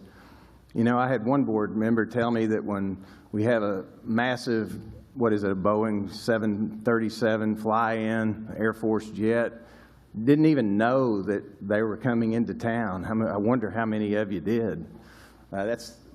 We spent close to, my understanding is, $11 million on this project. We hear almost zero discussion in these board meetings. The Chamber doesn't run this city. And I would like to know when our Fort Smith Police Department is escorting all the highfalutin folks around and having fancy shindigs at Hardscrabble Country Club, who's paying for that? Who's paying for the security detail? Who requests the security detail? Does Tim Allen get to request a security detail? I mean, we send our mayor, a ceremonial mayor, to speak to Mr. McKinney's point. We send him to Singapore staying at a 5-star hotel on our dime. That's wrong. If we're going to send someone, it needs to be the city administrator who supposedly runs this city. I support what Mr. McKinney said. I think we need to change the form of government. We dealt with Carl Gefkin forever, and the board, for whatever reason, didn't have the political courage to terminate him until not only did he call a citizen stupid, he also performed the massive cover-up of what was on videotape. But the board, I think this board seems to be comfortable with the idea that they can control the city administrator. We need to put the power in the people. And we need, if a mayor's going to take responsibility and get credit for the project, then what we need to do is have a strong mayoral form of government like virtually every city in Arkansas has. I think there's 2 that may have this form of government. I think it's that time. I think we have a massive trust deficit, and as Mr. McKinney said, this will pass. We will get the signatures, and we're going to work hard on these petitions to get the signatures. I've done a lot of thinking about this.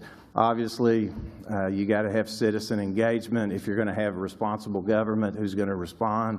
But I just think that we need a strong mayoral form of government. We need somebody that we can fire and fire them in a vote. If they're not doing the job, then after 4 years, they're terminated by our vote. And we don't have to depend on the board for thing after thing after thing. For example, I don't even know if the board's aware of this.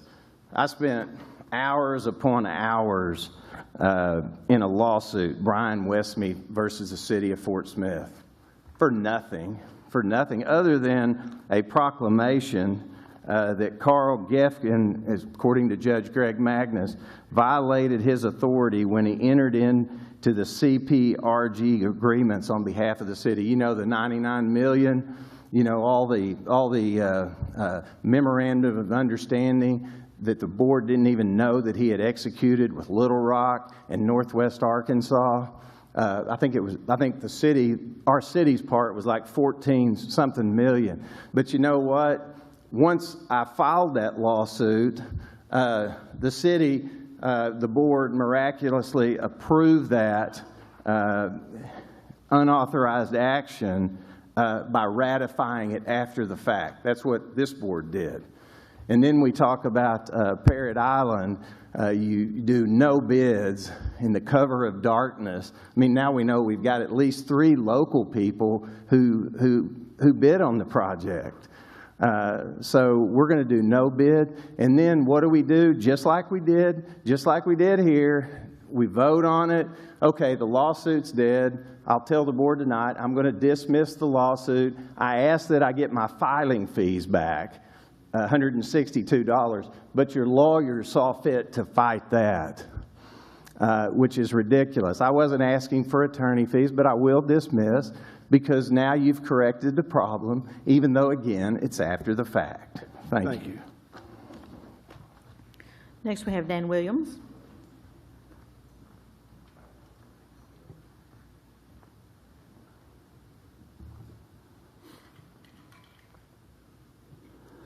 Mayor and members of the board and citizens of Fort Smith, I'm here today as a citizen, a resident, but I ask that you listen a bit differently tonight. With what has been spoken and what I have to say, I actually come to represent a higher place or a higher kingdom. I come in the name of the Lord thy God to tell you that there is a way to seek the presence and the power of God to find the answers that you need. In Romans 13, it tells us that you as city leaders are ministers here placed by God to do good. And I know some of you recognize that, but behind the scenes we have challenges. And there is adversary that is tempting some of y'all to make decisions the way y'all have always made them. I believe the heart level check here tonight is for you to understand that there is an enemy to this city, and he's caused illegal actions, immoral behavior, and unlawful influence, not just in this governing board, but throughout this city. We sat here and for an hour heard about a statistic dealing with jobs and dealing with families. I believe it's a spiritual battle that we're facing.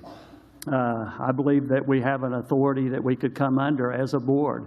I believe if you would call on God's name and seek Him together in prayer, and we as a community would seek God together in prayer, I believe we could get answers. Colossians 2:15 says that the enemy to this community and to this city has been disarmed. And I believe what the Word says. And so I'm here to declare a decree of restoration over this city.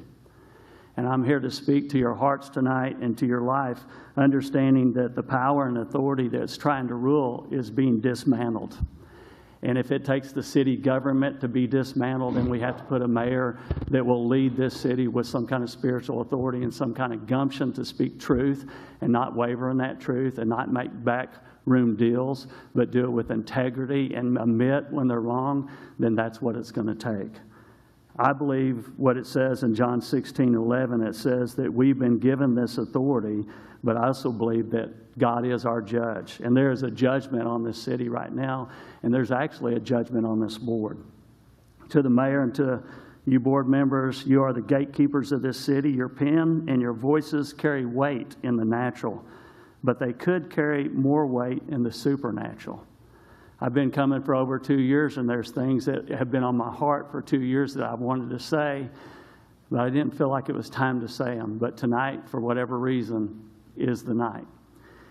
And in Isaiah 10:27, it says, the words say that there is a burden that shall be taken away off thy shoulders, and the yoke from off thy neck, and the yoke shall be destroyed because of the anointing. I believe that yoke, it wants to be lifted off, but the problem when the yoke is lifted off, you as a leader have to understand how to destroy that yoke. If you want to fix homelessness in this community, there's a way to fix it, but it won't come through your good ideas, and it won't come through government money or grants.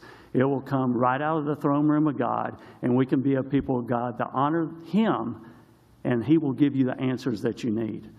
I don't know what y'all are doing up here, and I don't know why you're doing things the way you are, other than you've listened to the wrong voice. I believe we can move past this. I believe we can get to a place of beyond mere survival, of maintaining jobs, to a place to where we can actually have growth. And I believe that we can actually get to a place of alignment with peace for our economy and safety for children, for families in this community. I believe there's an answer, and I believe the answer, again, won't come from your mind. It will come from another realm. So I'm here to declare a spiritual right tonight. Luke 10:19 gives us the power to tread on the power of the enemy. And I want to decree the seeds of righteousness over this town of Fort Smith, that everything that is decided will honor Him, and it'll be a good seed that is planted in good ground. I want to decree that the thorns of this world and the cares and the affairs will not take hold. And I rebuke Satan right now in Jesus' name. And if he's battling in your mind and your heart and you can't receive this, I'm not coming after you. I'm coming after the enemy that has deceived you. And I decree this last thing, that the policies that pass in this room will contribute to changing this community and changing lives for all eternity. Thank you. Next we have Crystal Cadelli.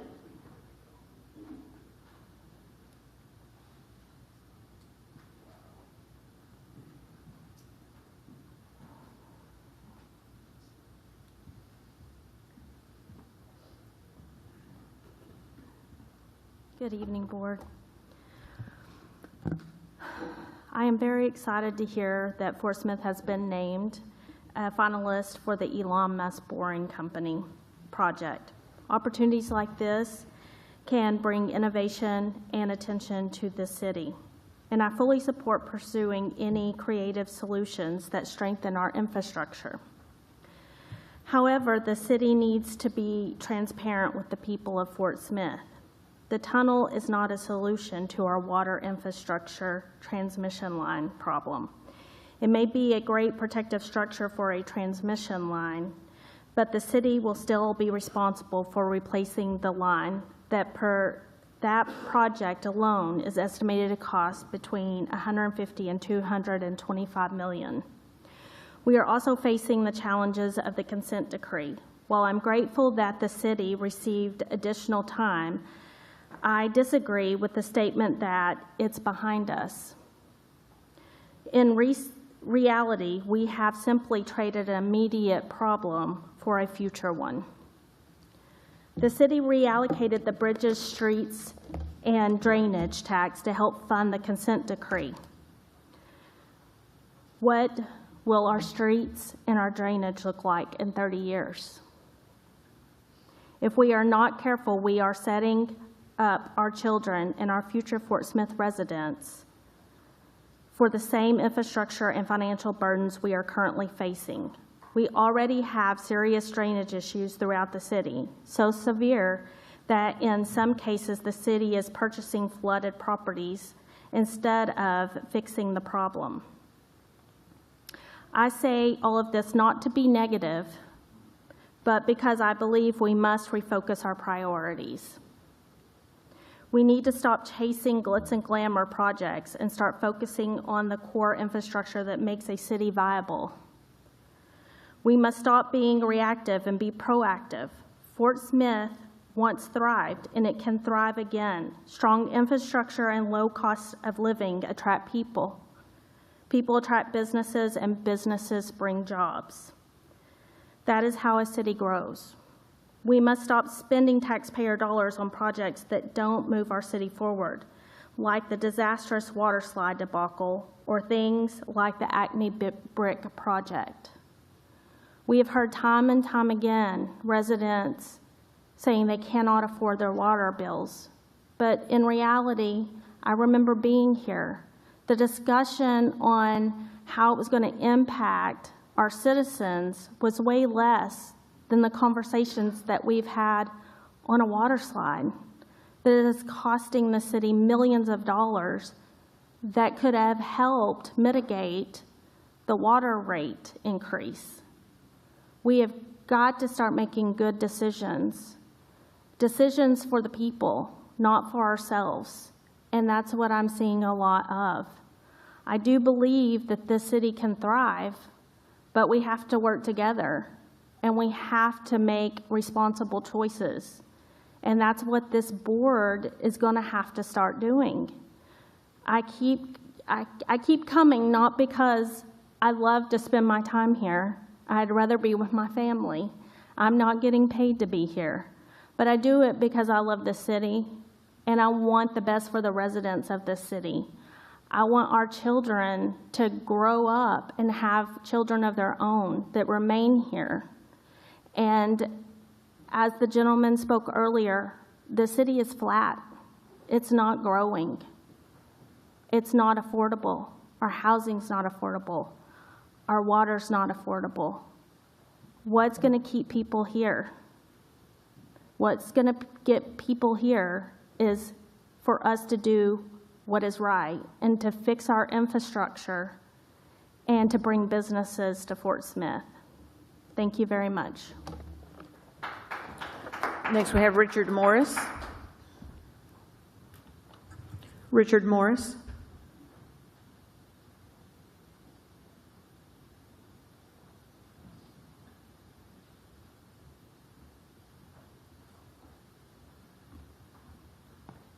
Hello, everyone. I think 5 minutes is too much. We got to change that. I'm here to give credit and praise to the various departments that I deal with frequently. And it starts with the people who answer the phone all the way through the boots on the ground. And I believe in being a proactive citizen, quietly. And I'm finding that despite all the complaints we're hearing, on the north side of town where I live, which you think is most neglected, I'm getting a lot of help out there. All you got to do is pick up the phone. So whether it's administration, finance, internal audit, the city clerk, police dispatch, animal services, the fire marshal recently, I dealt with them, streets department, neighborhood services, building permit inspections, solid waste, planning. And I think I ran out of fingers to count them. But yeah, if anybody wants to badmouth the city, well, I'd be glad to sit down with them and give credit where credit's due. So thank you, everybody. Now, there's something I learned here, which is defined as an opportunity by the U.S. Air Force. And I wanted to share that with you because I've spoken with state representatives, state senators, with the Chamber of Commerce, and they never got back to me. A couple hours ago, I emailed the board links to this information.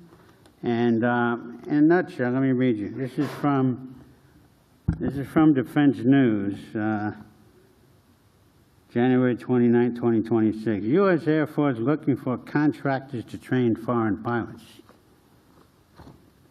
U.S. Air Force is looking for contractors who can train foreign pilots receiving American military aid, according to an Air Force request for information.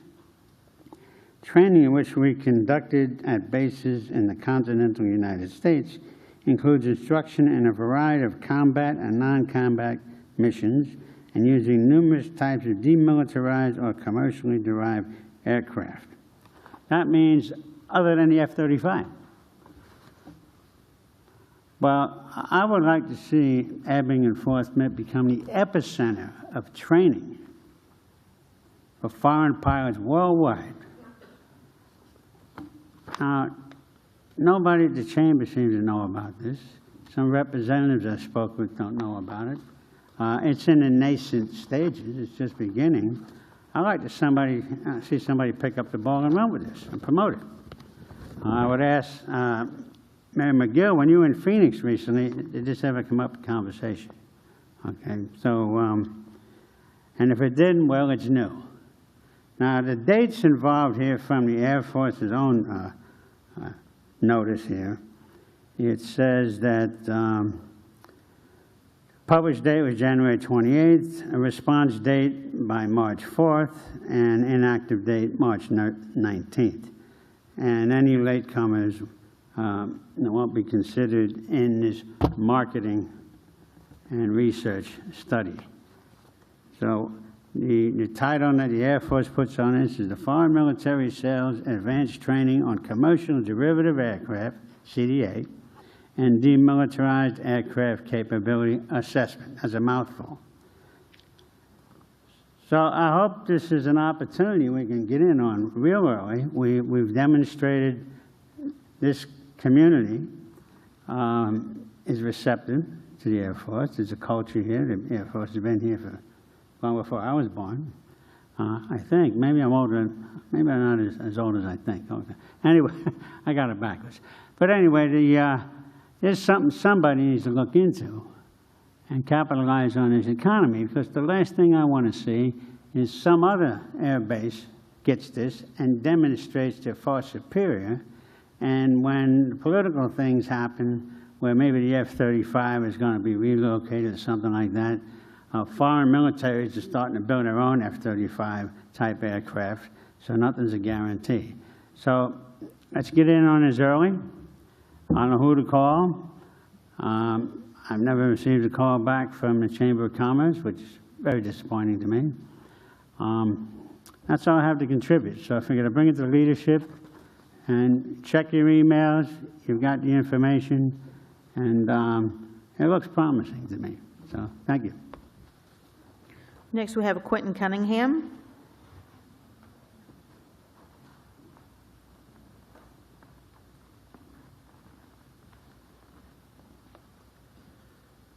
Hello. First, I want to say I was sitting at home watching this, and some of the comments made about homelessness made me get dressed and come down here to speak. And I just got to say, this is my third or fourth time talking to the board about this, and it's so frustrating because it's a cyclical argument, and it's always the same friction points. Nothing ever gets done when we don't face this the right way. It's, as I said last time and every other time I've been up here, nobody is going to understand this, just being homeless until it happens to you. I hope it doesn't. I really don't. I've been through it. It is awful. But I want to tell you a new story I have to add to my own. December 16th, a friend of my family, his house burned down, 1801 South P Street here in Fort Smith. He was a cook at Diamond Head 2 for about 20 years. He had nobody. We took him in. He just left for Oregon today. Had me and my family not been there, guess what? He would have been homeless here in Fort Smith. People ask how it happens. Things like that are how it happened. I work in law. I have so many clients that have car accidents. That completely messes up your life. All it takes is one paycheck for most of America, and you're in homelessness. Our citizens have to fight high water bills. We have to fight skyrocketing rent. Homelessness doesn't just appear on a bus. It happens to our citizens. I have been in Fort Smith for 32 of my 36 years. When it happened to me, it was because money was stolen from me. I said this last time. It is not a simple solution, I know. But at the same time, we've really got to look at this the right way. Vilifying the services and the people like me doesn't help. And speaking of villainy, I just wanted to throw this out there. I started writing fiction last year. You know what the most upsetting piece of feedback I got was? I wrote one of the villains in my story about some of the stuff that happens in our city, about, you know, our homeless people, our stray animals. I got feedback saying the villains were too cartoony and unrealistic. So think about that.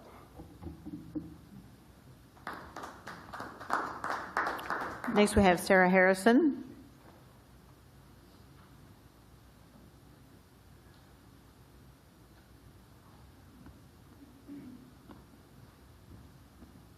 Hi, everybody. How are you guys doing? So I am Sarah Harrison. I'm running for mayor, so I got to talk to a whole bunch of different people by doing that. And so I've got a couple questions for all of you. First off, thank you for your time tonight. Second off, I run a volunteer network called the AVO Group, and we feed people downtown. Excuse me, I'm suffering from allergies. We feed people downtown regularly. We take them bags of what we call blessing bags with different toiletries and stuff like that. And so I want to know, is the city tracking cleanup and patrol costs tied to uncoordinated downtown feeding sites? And has the board ever considered moving those efforts into a coordinated accountability zone such as Hope Campus?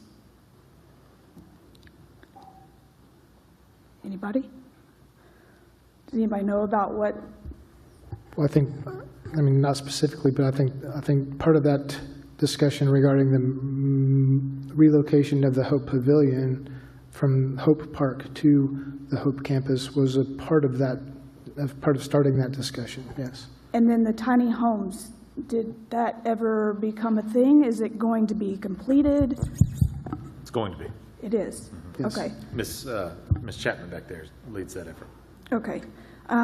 Just got a building permit for $5 million. Awesome. So are we still cutting police positions? Because if so, how are we supposed to enforce these ordinances? How will the city maintain the enforcement capacity with fewer officers? The officers we cut were part of a specialized unit, a crisis intervention unit. Those same officers are still performing that work. They're just in a regular unit. They're not in a specific unit of their own. Also, cut someone at the front desk at the police department, and then I think there was a property crimes investigator that that position didn't get filled. These were all open positions, I might add. Okay, all right. And then now that you guys have addressed the 2026 deficit, what long-term safeguards are being put in place to prevent similar budget gaps in the future?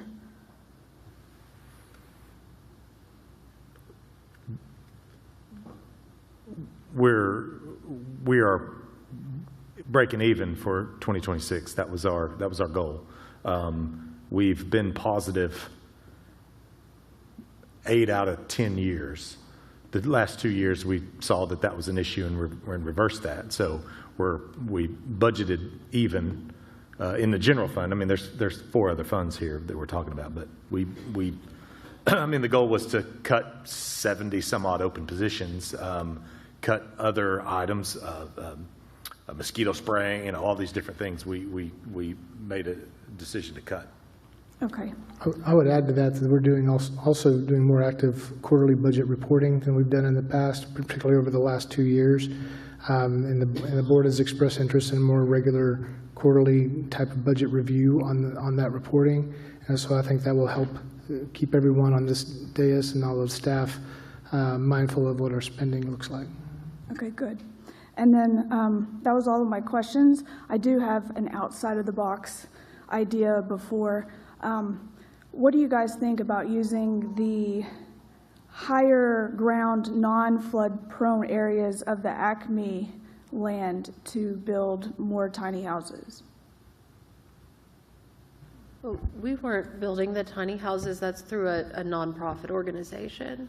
So would that be something that we could get behind?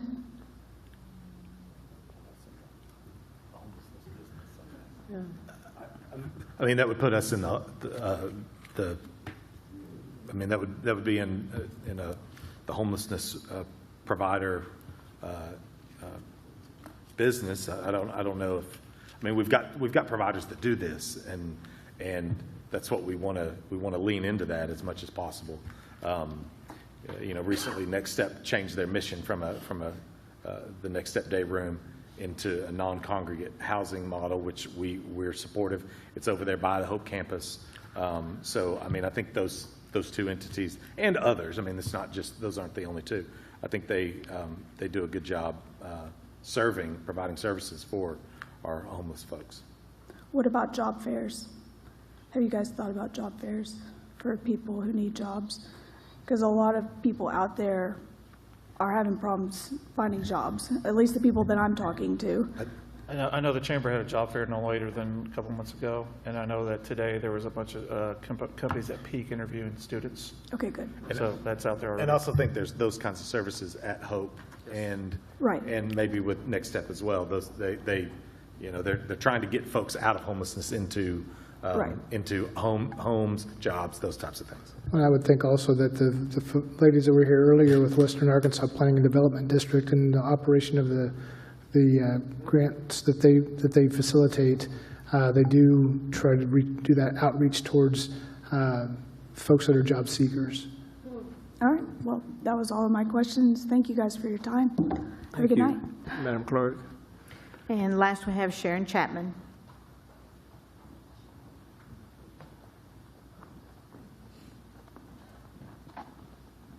Good evening. Hey, I just wanted to spend a couple minutes just to answer a couple questions that came up earlier. Yes, we still have our bus ticket reunification program. We still have money. This is, of course, people have to be willing and wanting it for us to help them go somewhere else, and we have to have a place for them to go. Unlike some places that do send people here that we were talking about with Chief Baker, we've definitely seen other places, like from Little Rock and stuff, send people here, but without calling to see if there's a bed. So that does happen, and it's not just a problem for Fort Smith, it's a problem all across the country that this does happen. Like you said, in metro areas, we are kind of the collection point for people who are looking for opportunities and services. And so that definitely happens, but we do have bus ticket money. Thank you to First Presbyterian church. We just have a grant for some more bus ticket money. We also do have a street outreach program. Director Kemp, we have street outreach going on 3 times a week, 1 volunteer, 2 days a week with staff. And I don't think that the information is the problem with our homeless population. Occasionally, you may come across someone who doesn't know about the Next Step Day Room or about Hope Campus, but in general, I think almost all homeless population that we serve and that others serve that we come across pretty much know about the services here, but we cannot force them to participate in those services. And they do have the free will to either go into shelter or not go into shelter. And so I don't think it's a matter of them not knowing about the services. I think it's a matter of them getting to a point where they're willing to accept the services, which is part of what Quentin said is a complicated part of serving the unsheltered population. I also wanted to say that one of the ideas that has come up in the past is if we are going to, as a community, decide to have no camping throughout our community, we might want to consider, again, whether we want a designated camping area. At one point, when Chris was the director of Hope Campus, he suggested that they might be willing to do a designated camping behind their building where they're right there with services. And that at least gives us an opportunity to have a place to take them, since, as we heard, jail is full. So if they're doing something illegal, obviously we need to address that, but have it in a designated camping area may be something that we want to consider as a community. And so I'm just open to any other questions about homelessness. I would encourage, since our homeless agencies do meet periodically with our city administrator, that it could be something that we as an entire group could schedule so that you could have all of us in one spot answering questions about homelessness. Okay. Thank you very much, Sharon. Any questions for Sharon while she's, okay. Okay, thank you very much. That's all. Okay, thank you. Motion to adjourn? If there's nothing further, entertain a motion. We got one from Director George Savage. Second. Thank